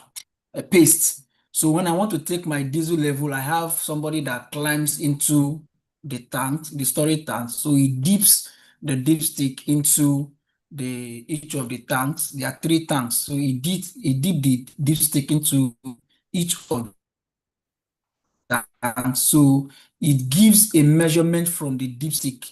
So there is a chart I use. So whatever measure that it has on the dipstick, I will use it to correspond with the number on the chart book. So that gives me the diesel measurement of each tank. So I do that from where I work currently. So the challenge I face now is the 3 tanks are intercontinental. They are connected to each other, and they run into the generators. So the problem is, at times the diesel flows from one tank to another. I mean, from tank 1, let's assume yesterday I measured 1,000 liters. Tank 2, I measured 5,000 liters. Then tank 3 might flow into the 2 tanks, and it will increase the diesel level. Instead of reducing it, it will now increase it. So that's one of the challenges I'm currently facing. All right, so I make so please, somebody should meet. You are distracting us. Right, please, I beg you, just mute. I don't know. I think it's this note. Infinite note. Please, let's take some people out of the platform. Isaac, don't go off. Please come back. I want to ask a question, please. Okay, so sir. my I'm here, question sir. to you, Isaac, is how often do you do this? I do the measurement every day. Diesel measurement every day. Every day. So after measuring it, I will now take it to an Excel sheet on my system. Then I send it out to my line manager as a report. Okay. Have you had any issue of diesel theft in the last 1 year, or your boss about record issues? No. All right, thank you. So what's the average consumption for you in a month? Finally. Okay, let me quickly check my Excel sheets. Isaac, let me tell you, if I'm working with you and you say that, I will not be happy. But that's fine. That's you. There are some things you don't, imagine I'm managing an asset of 334. Isaac, can go off. Thank you. There are some records that you should have. I beg you, as a facility manager, and it's done on purpose. You cannot be managing something that has value. I say, let me go and check my record. You should have an average. I'm not saying what is the exact. Like I told you, a site I manage that was under our company portfolio over, I'm talking about like 8 years now. I can tell you for free what the average consumption is. And vis-a-vis most of our sites, right? So thank you, Isaac. Now, finally, Isaac, I'm going to let you know, maybe later. Make sure you have an SOP that most of them understand. Now, when we get to HSC, there are risks involved. Number 1 risk is that they have to climb the tank every day. I don't know if you have a prayer warrior. They are talking of a big tank. So, Bukola, over to you. The same. Tell us about your diesel process. What are your challenges? How often do you take your records? What's your average consumption? Thank you. Okay. Hi, good afternoon. Hi, good afternoon. For my diesel we receive diesel. We have two major devices for checking the diesel we take in. The first one is we use the flow meter reading. Then we have another digital system. So they are like sensors in the tank that takes the level of diesel. So every morning, the electrician goes over there and takes the reading from the digital meter, which he gives to me, and I compute. So the measure, it's quite difficult for theft to happen because of that reading. And we have the average expected number of, like the average diesel consumption per hour. So if anything should go wrong from the average, the expected average diesel per hour for that day would signify if something is wrong. So that's how we take and like the control measure there. So for every month, sir? What are your challenges?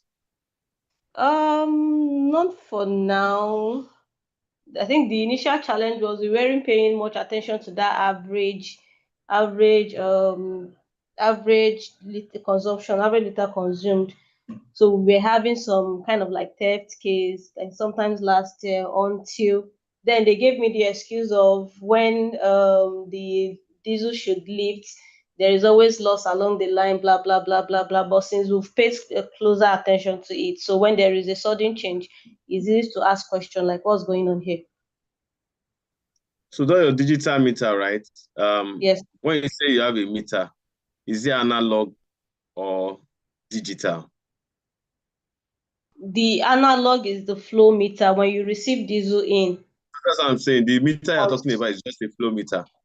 Yeah, the flow meter. Then the second one is it reads what is inside the tank. So apart from what is entering, because that one can also be manipulated, they can blow in air to make the figure roll faster. But the other one takes what is inside the tank. So what we receive and what is inside the tank at that point. So we take the before reading and the after reading. What I'm saying, inside the tank, what type of meter do you use to know what's inside the tank? I didn't hear that part. Sorry. Okay, that's the digital meter we are talking about. So it has a sensor down there. Okay. All right. That's what I want to be sure. Thank you, Bukola. Thank you very much. So that's for me, that's where we are going. That's so finally, Bukola, just one more question. Do you have access to this information of the digital meter anywhere, or is it only when you're in the office? No, I don't. Although we are working on something like that, so we can have access to it on the phone. But currently, we don't. It's only when I'm around I can see it, or I have somebody to snap and send to me.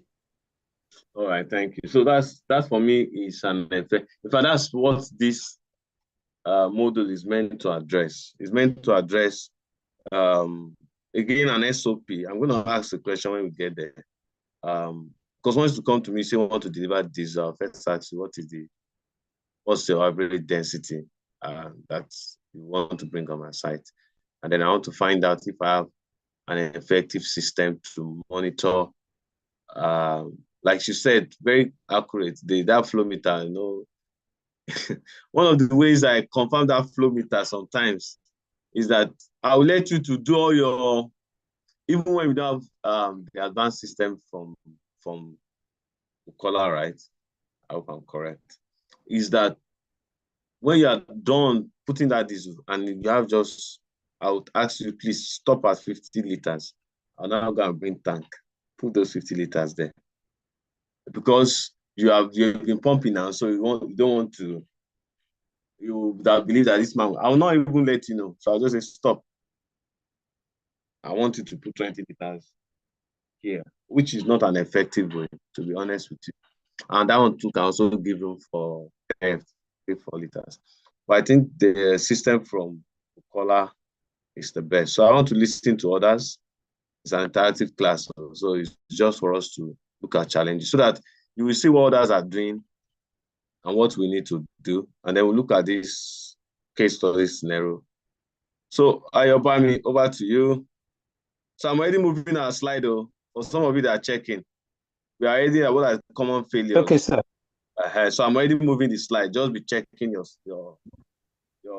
Zoom. So I'm only using this discussion to drive this slide. So I'm not doing another presentation. Thank you. All right, sir. Can you hear me, sir? I can hear you. Okay, sir. So, in my own end, about diesel manage, how we manage diesel where I work. First, we have an SOP Thank you. for the diesel management, and we have a job aid as well. We What have do you a mean by job aid as well. So just job enlighten aid someone? steps in case I'm not around. In case I'm not around, and somebody can as well go through it, the steps on what to do. All right. Thank you. Yeah. Yes. So then, at first, when we want to get diesel from the vendors, because I noticed something, the diesel gotten from the filling station, especially MRS, is better in terms of density than the one gotten from the vendors, because we have a vendor. So when the diesel is brought to be offloaded, I'll check the density first via using a hygrometer.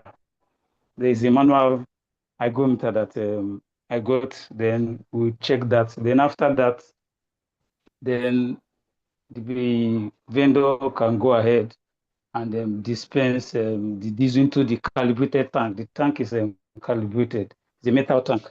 So calibrated outside with this rubber hose as well to check the levels. It's a 500 liter tank, 500 liters tank. So, and after then, there is also a record, a book record for diesel usage as well. I'm going to put on the gen, and this is the amount of diesel, this also time. So on the average, in a day, you might use 5 to 10 liters, dependent on whether there is electrical power or not, and PSCN. So, but in a month, we might use between 150 to 200 liters of diesel in the facility I manage. Yes, between 150 and 200 liters per month. So every 2.5 months, 2.5, 3 months, we get 500 liters of diesel. So the challenge I face is what I said the first time, the density, because I could remember the first time we did the tank and diesel was dispensed from the vendor.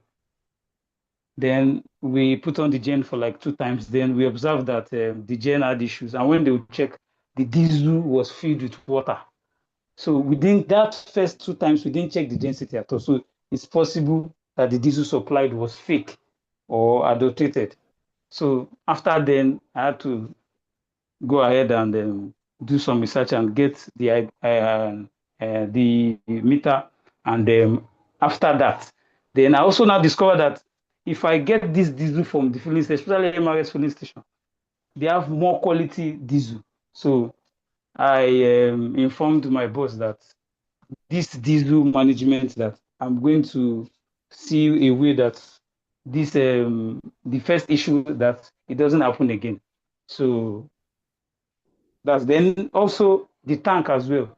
The tank is maintained, it's not 6 months ahead because it's a metal tank. Inside is a metallic and usually rust. So I could remember the last time the generator technician, he had to make sure we did it together. He made sure there was no diesel in the tank, and he washed the tank because the metals are rusting inside. We block the pipes whereby it's releasing or dispensing diesel from the tank into the generator.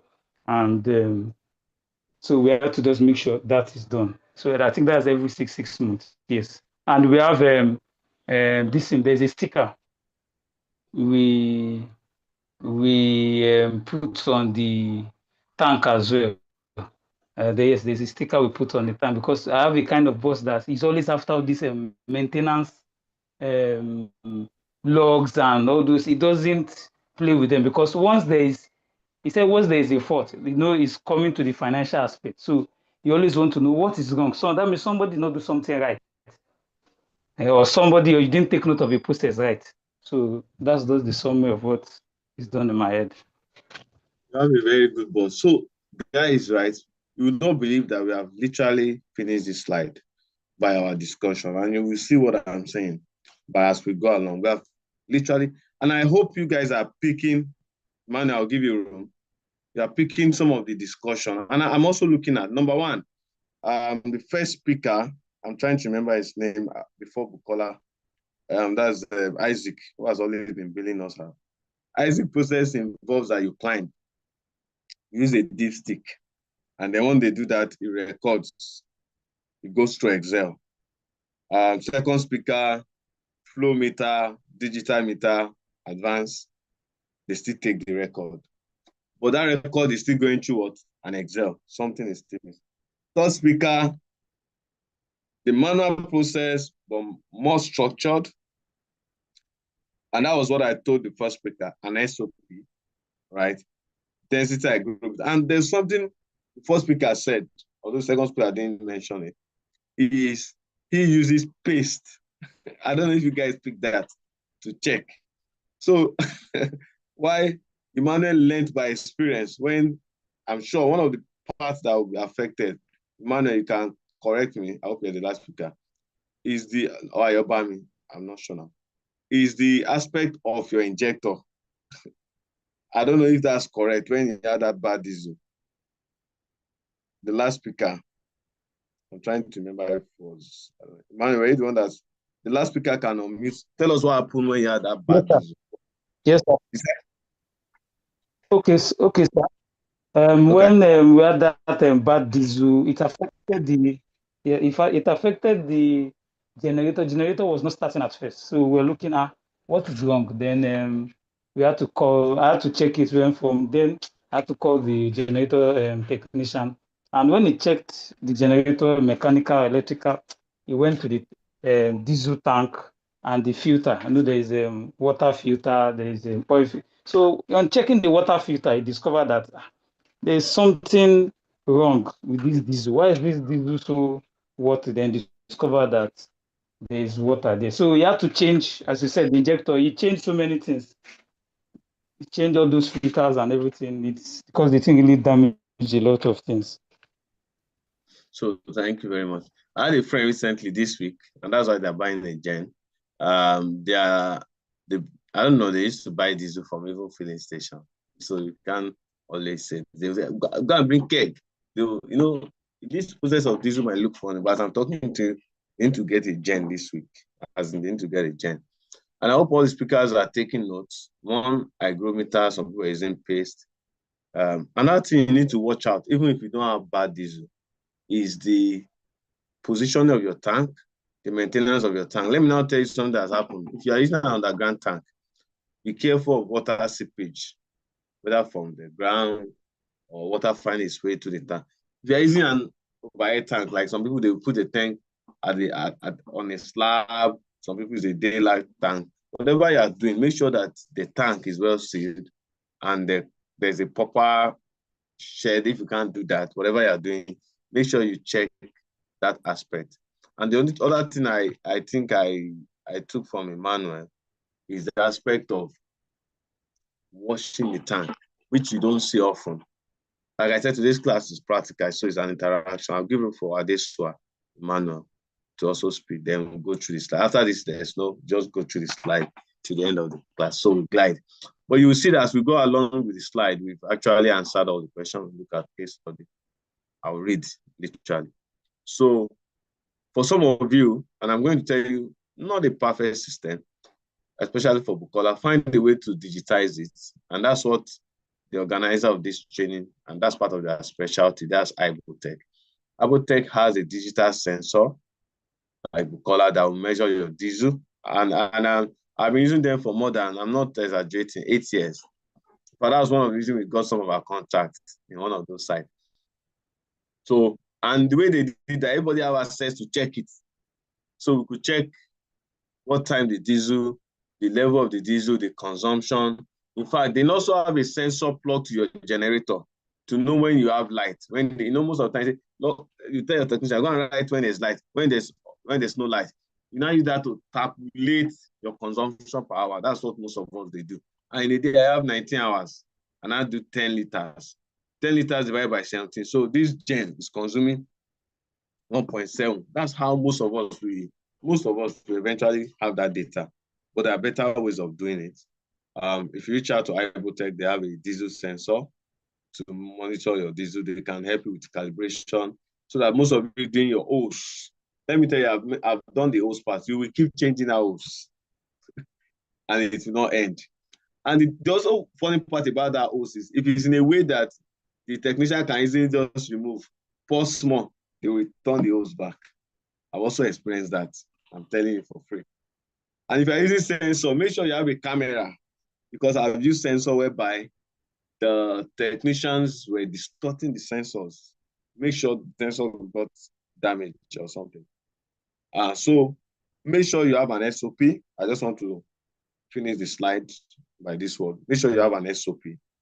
Make sure you find a way to have a proper digital monitoring system whereby you can monitor both your consumption on the gen per hour, your general consumption per day.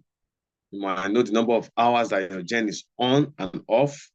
Instead of somebody writing gen off, you can do that. And that you can measure anywhere. And you know, when you have this data, you can now say, what can we do to make sure we reduce consumption? You can't start talking about consumption if you don't have an idea. A gen that is supposed to consume 7 liters per hour, you are saying, let's see, I can make sure it's 5 liters. But that is the design.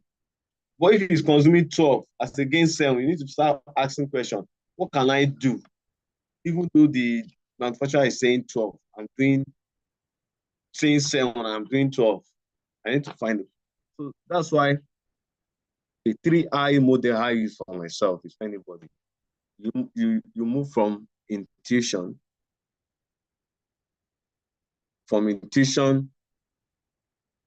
to insight. Insight is your data, your sensor, to having an intelligence about that thing.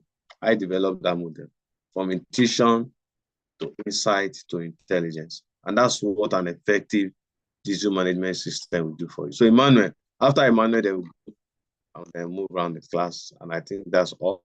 This slide also will be available for you on the platform. You just want to deal with diesel management system, what you need to do, which our discussion I've done for. So Emmanuel, over to you. Awesome. Yeah, hello, good afternoon, sir. Good afternoon. Yeah, good afternoon, everyone.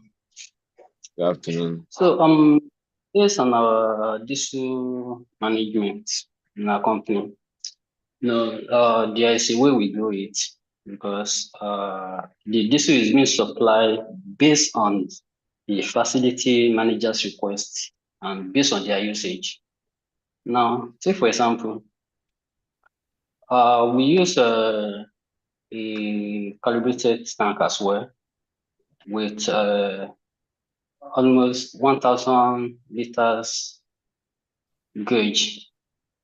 So we have a transparent hose so that we monitor our diesel level through. But whenever they supply diesel, so we record the diesel supply in our power time book ledger. So from there, we continue with the power time. So, but the major challenges I'm having now, we have a facility, again, that we are on the same grid. So on that one, on one of them, we are using 100 kV generator. On the other one, we are using 55 kV generator. But due to my surprise, because they just moved me into the to another facility where we have the 55 kV generator. But what the 55 kV generator is consuming is more than what the 100 kV generator is consuming at the other facility. And we are on the same grid. So I don't know. This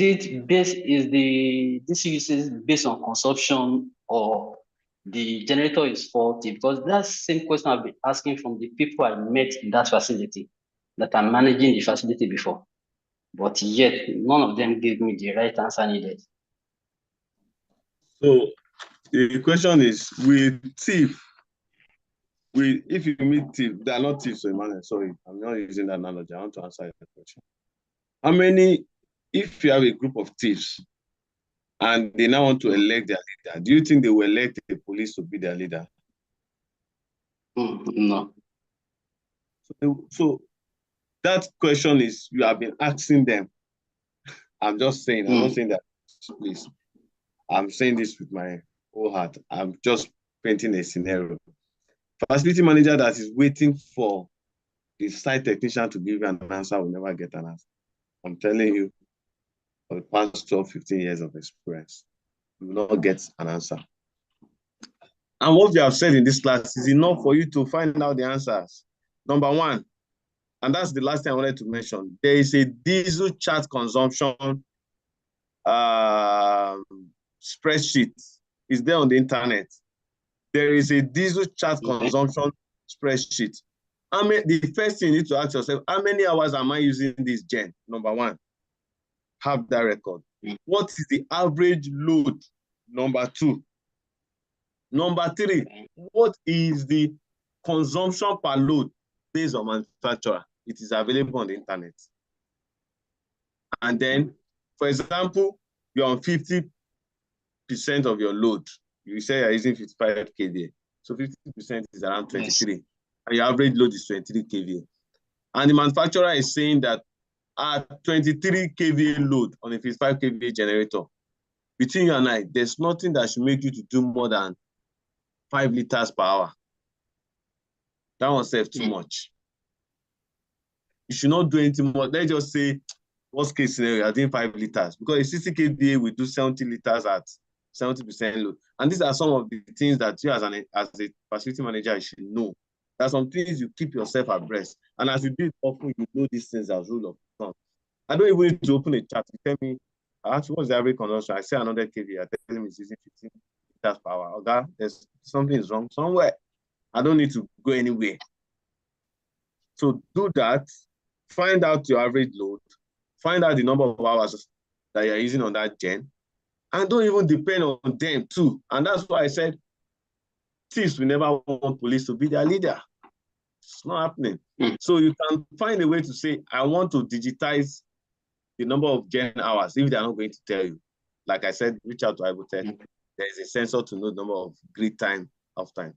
Without that, you can really know that. And that one is not even a grid time. In the morning, measure your diesel hours. In the next day, you can know the hours that your gen is running. That one is not a sensor or no sensor. Yes. No, we have power time. We have power time for that. Yes, that one is there. The other issue you have is they might purposely on the gen when you have lights. People are like that. I've had that issue on site. We were measuring the time we have light, but we observed that the hours of gen usages, the guy will just leave site and go and do his own. Because when you're running gen, you don't need to change over because the changeover is not automatic. And he will go and do PP, and gen will not be running. These are some of the challenges we have on site. And some of you are not aware of that. Or the guy, again, out of go and change. I'll let him run 10 minutes, 20 minutes. My brother, my sister, 10 minutes, 20 minutes every day will accumulate to something. Yes. So have an automatic changeover if you can, with a timer system that maybe never is doing because that can also be a problem. You just do and your boss will say, oh God, put it on permanent gen. These people want to spoil my gen. So back to your question, take those steps and see the answer. Finally, like we said, put a digital sensor in your tank. Wherever you are, you just observe that the thing moved from 100 liters to 80 liters. 20 liters has gone from the tank. But from your chart, it should be 15 liters. I've done that. I told the guy to be giving me a record, but he doesn't know that I have a chart to cross-check. And I said, you want this gen for 5 hours. And then you are telling me the consumption is 40 liters. Even at full load, based on charts, this consumption should not be 20 liters. And I did the accumulation. I can tell you for free. It is when they are even servicing gen, they steal diesel. Have you heard of that before? When they are changing the oil. So you need to learn so many things. You will just discover that it is that day that your gen. You understand? They can connive with the people supplying diesel. These are, I'm telling you experience. Your staff will connive with people supplying diesel. And let me also shock you. You said something, I think it was Ayobami, you said the diesel from MRS is better. I can tell you for free. There are some gen based on their design that MRS diesel will not look for it. Some says that it's too light. It will work well, but it's affecting something. I'm not doing please, I'm not advertising or spoiling anybody's diesel. But I'm saying that make sure you find out the specification, the quality of diesel that works for your gen. Because Emmanuel said MRS works for my own, does not mean MRS will work for you. John Deere has their own design. So let's go back to finally as we round up. And then I'll give room for one or two questions. Is already one, we should be out. Now, we've looked at what key functions. Okay, sorry. We're in question 2 when we left. So what are the common failures? We've discussed that. This is a scenario whereby they buy 5,000 liters every day. And by Friday afternoon, every Monday, the diesel shut down due to low fuel, right? The facility manager said, no, that has not changed. There were no logs. Please, Mr. Abayomi, can you meet? Has not changed. There are no logs for generator, no meter reading. Security guard is the only one verifying the diesel truck. Mystery loss, 400 liters are unaccounted for every weekly. The impact of that 400 liters is 25,000 annually. And that's why some people are like, 10 liters no matter, 20 liters no matter. It matters over the long time. You know, they are eating costs. So we've looked at some of the scenario. So we've talked about visibility, having your tank calibrated, right? For example, a 500, I've talked about a 500 kVA generator running at 50 load has a burn rate. So if the generator is burning 40 liters per hour instead of 30, then there's an alert. And those are the things that some of the system from Ibotech can do for you. You can say, once you discover that there's an average consumption more than this, send us an alert. We have that. What key functions should a diesel management system perform? You should not just watch the fuel. I've talked about that. It's not just about your consumption, which is the last question. You must check your consumption vis-a-vis the machine. Not just I'm consuming 20 liters. You'll be surprised that your average consumption is not even the standard average consumption. So it's 20 now, because you know that it's 20 over years, not knowing that somebody is taking 2 liters. I don't know what I'm talking about, somebody taking liters, right? But that's what happened. Again, calibration, we talked about calibration. Make sure that your calibration is accurate, right? Most of the times, some calibrations, I've seen a place where tank has expanded. Your tank, because of it, begins to expand. Some people use rubber, you know. So sometimes you can hit somebody wrongly. So you need to look at, that's why I'm talking about temperature compensated volume. There's the effect of environment on your tank, on your storage systems. I've talked about you having your tank underground can also affect maybe a place where you have, some people use, it's concealed. Over time, it will tilt. You understand? So precision is the enemy of theft. If your system is accurate to within 0.5%, there's no room for missing liters. You understand? So we have talked about accuracy in calibration. We spend time on looking at calibration. Manual calibration. Sometimes review your calibration. I've said calibration. There was a site that we discovered that the tank, because it's underground, are tilted. So we're not getting accurate results. Today it will be accurate. Tomorrow it will not be accurate. So there was accusation of theft. In fact, the accusation of theft was up to 2,000 liters. You know what bailed us out in that mathematics? They were charging us that the cost that the estate said we stole diesel was 2 million in less than 3 months. And we had cameras. We checked camera. We didn't see anybody. You know, we did all we suspected we should have looked at. There was nothing like that. We discovered that the underground tank has shifted its base. Therefore, it will be correct today. It's not be correct tomorrow. But the only saving grace, which I've always, and I stick to, the gen hours, the average load over time, and I go and check a standard chart. If there is little deviation, I'm going to say this is the standard.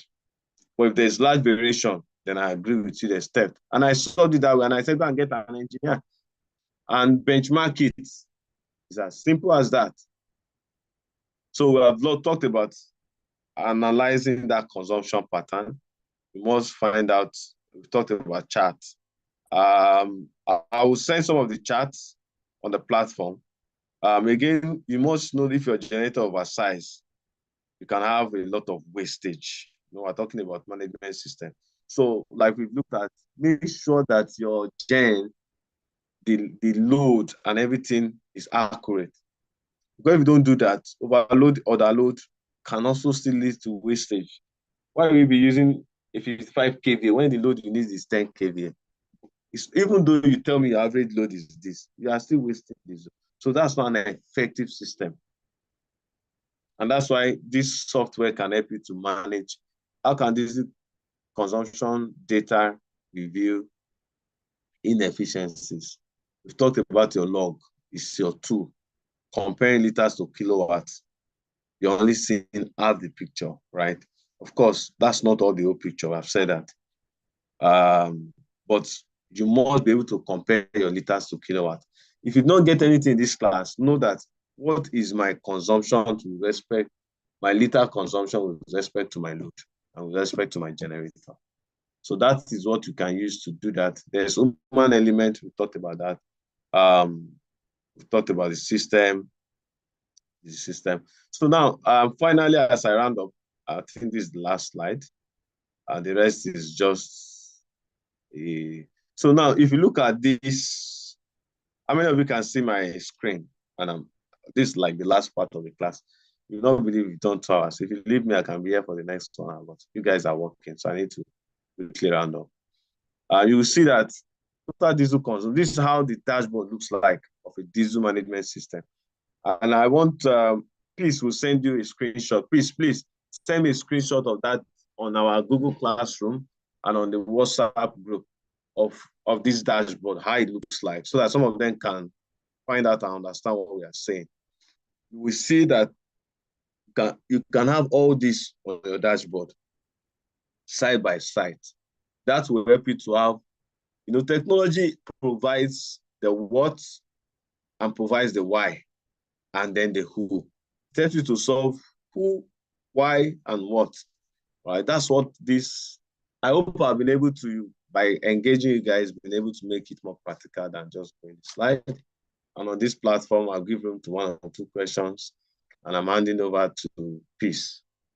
And then, if time permits, we can play music, but we've actually exhausted our time.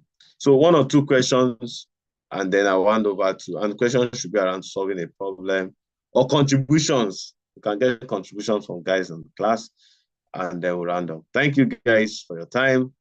I really had a great time. I don't know about you, but I really had a great time. And there are things I'm going to go back to also research more. All right. Once again, my name is Dr. Efe Adelu Adotun. I'm the CEO of House Properties, a real estate company. We provide facility management services, hard and soft services, consulting, training. This training is partnered by Ibotech, our energy servicing company. They solve all your metering issues. You want to have meter issues, you have meter issues, they can solve it. You want to digitize your community management, they have a software, diesel management system, energy management, smart meterings, gets in contact with Ibotech. So over to you, Peace, as I log out. Thank you, guys.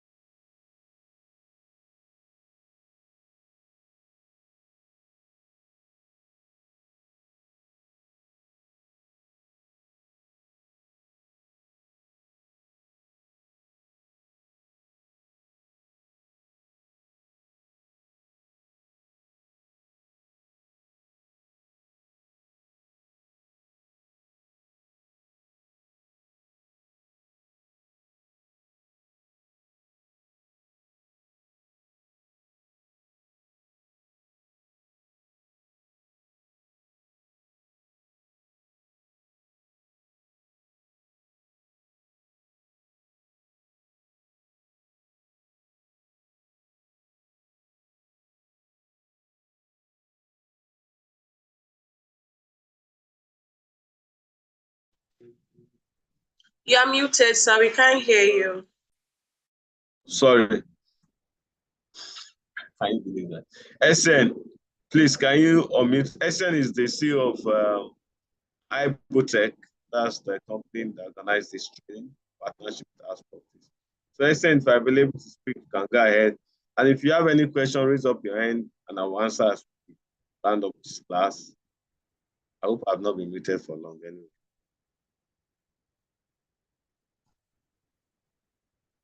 SN. Okay, while I'm waiting for SN to unmute, any question for me before we take our leave?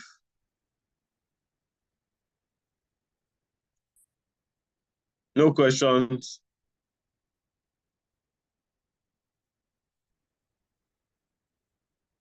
Hello. Oh. All right, guys.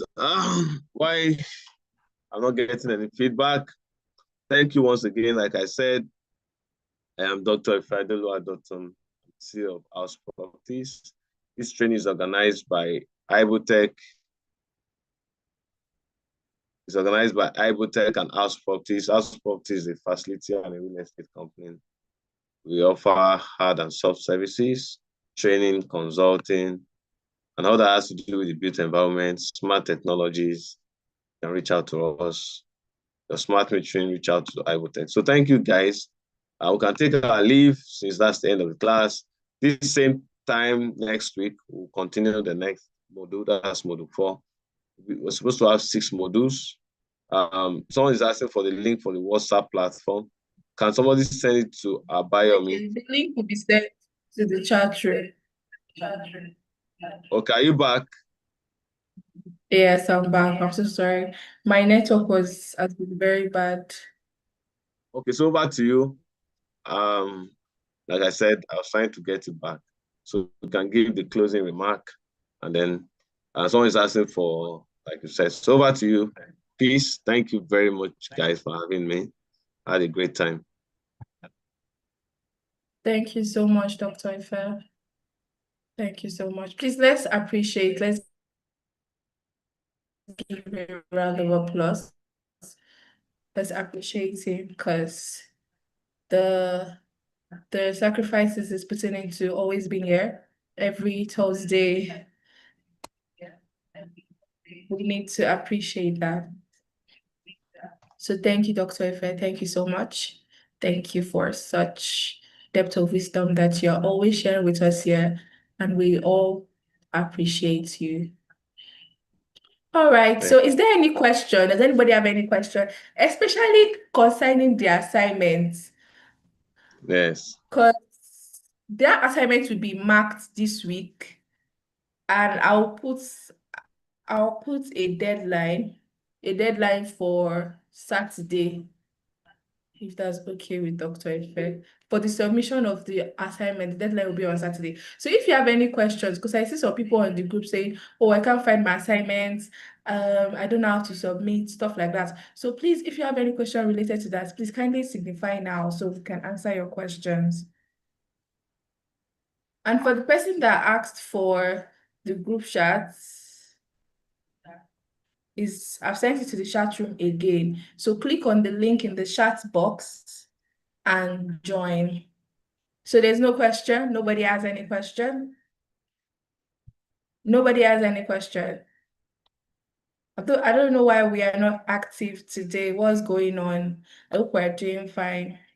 But you should also note that being active is also compulsory for certification. So you have to be active in this class because attendance is always being taken. To those of us that join, then we leave before the end of the class. We are like noticing every single details. So when you are joining, kindly make sure you stay till the end of the class. Because if we take an attendance at the beginning of the class and we're taking an attendance towards the end of the class, and maybe you joined at the beginning, then you left, and your name is not part of the people that are still in the class at the end, it will show that you are not in class.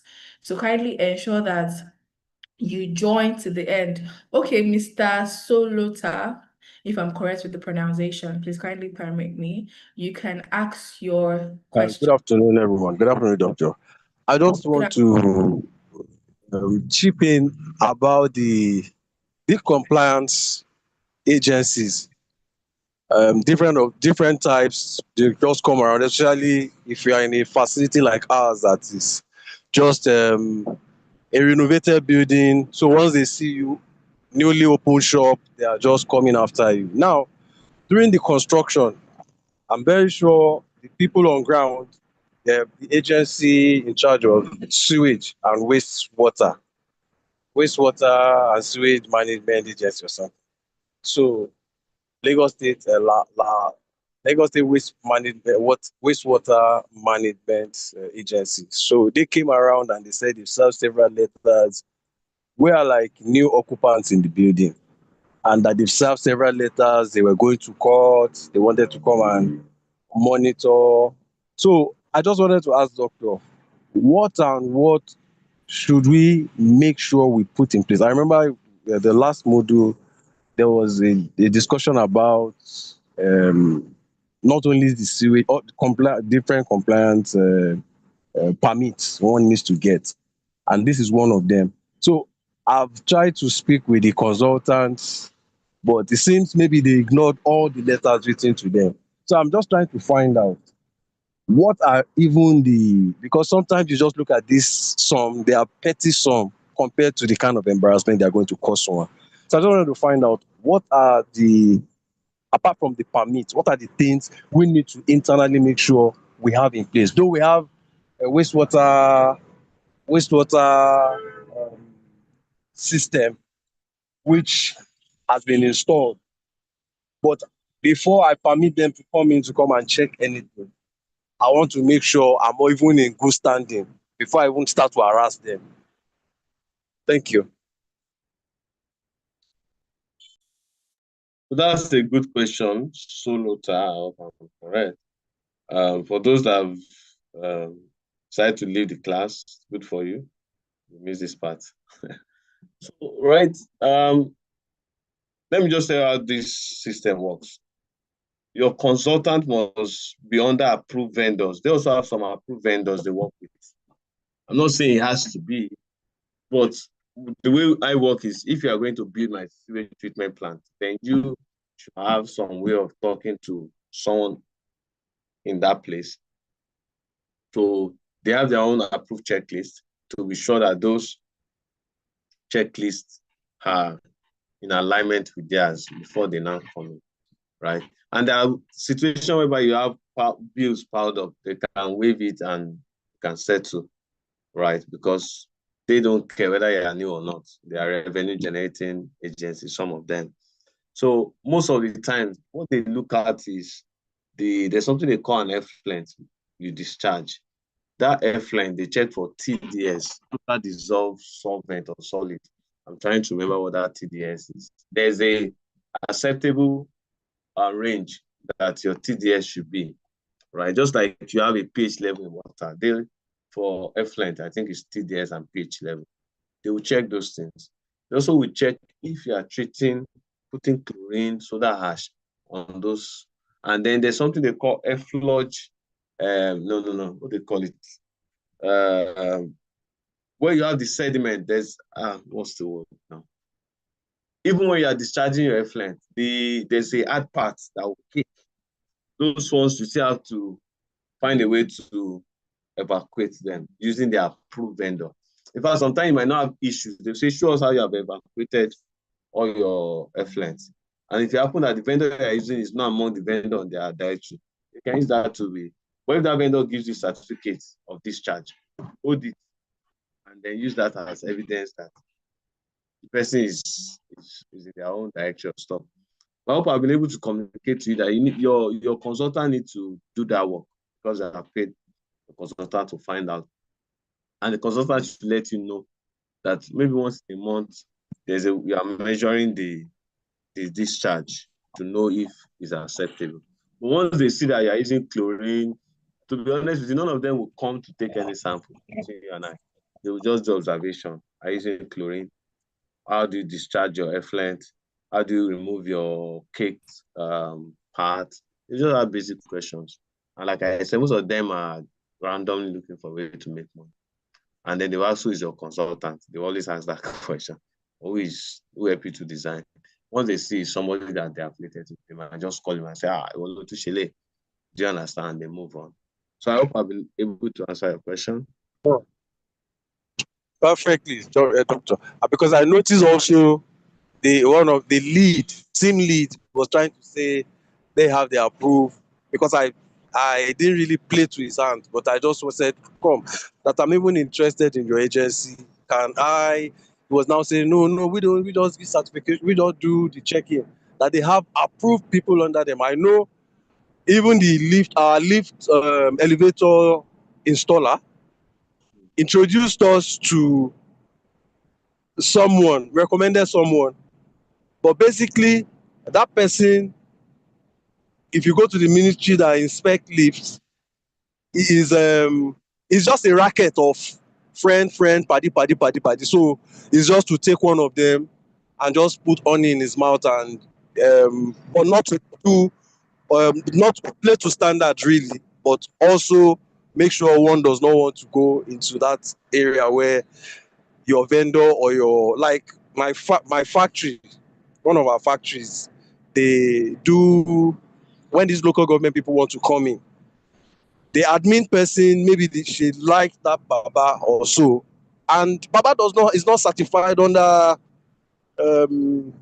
local government people who are permitted to do fumigation on the mainland. I said, look, we have held Baba enough. If Baba will not, because they won't give us certificate that we have completed all the checklists. If it remains something, they will hold your certificate. So she did it first time. The second time, I said, look, we just have to move on.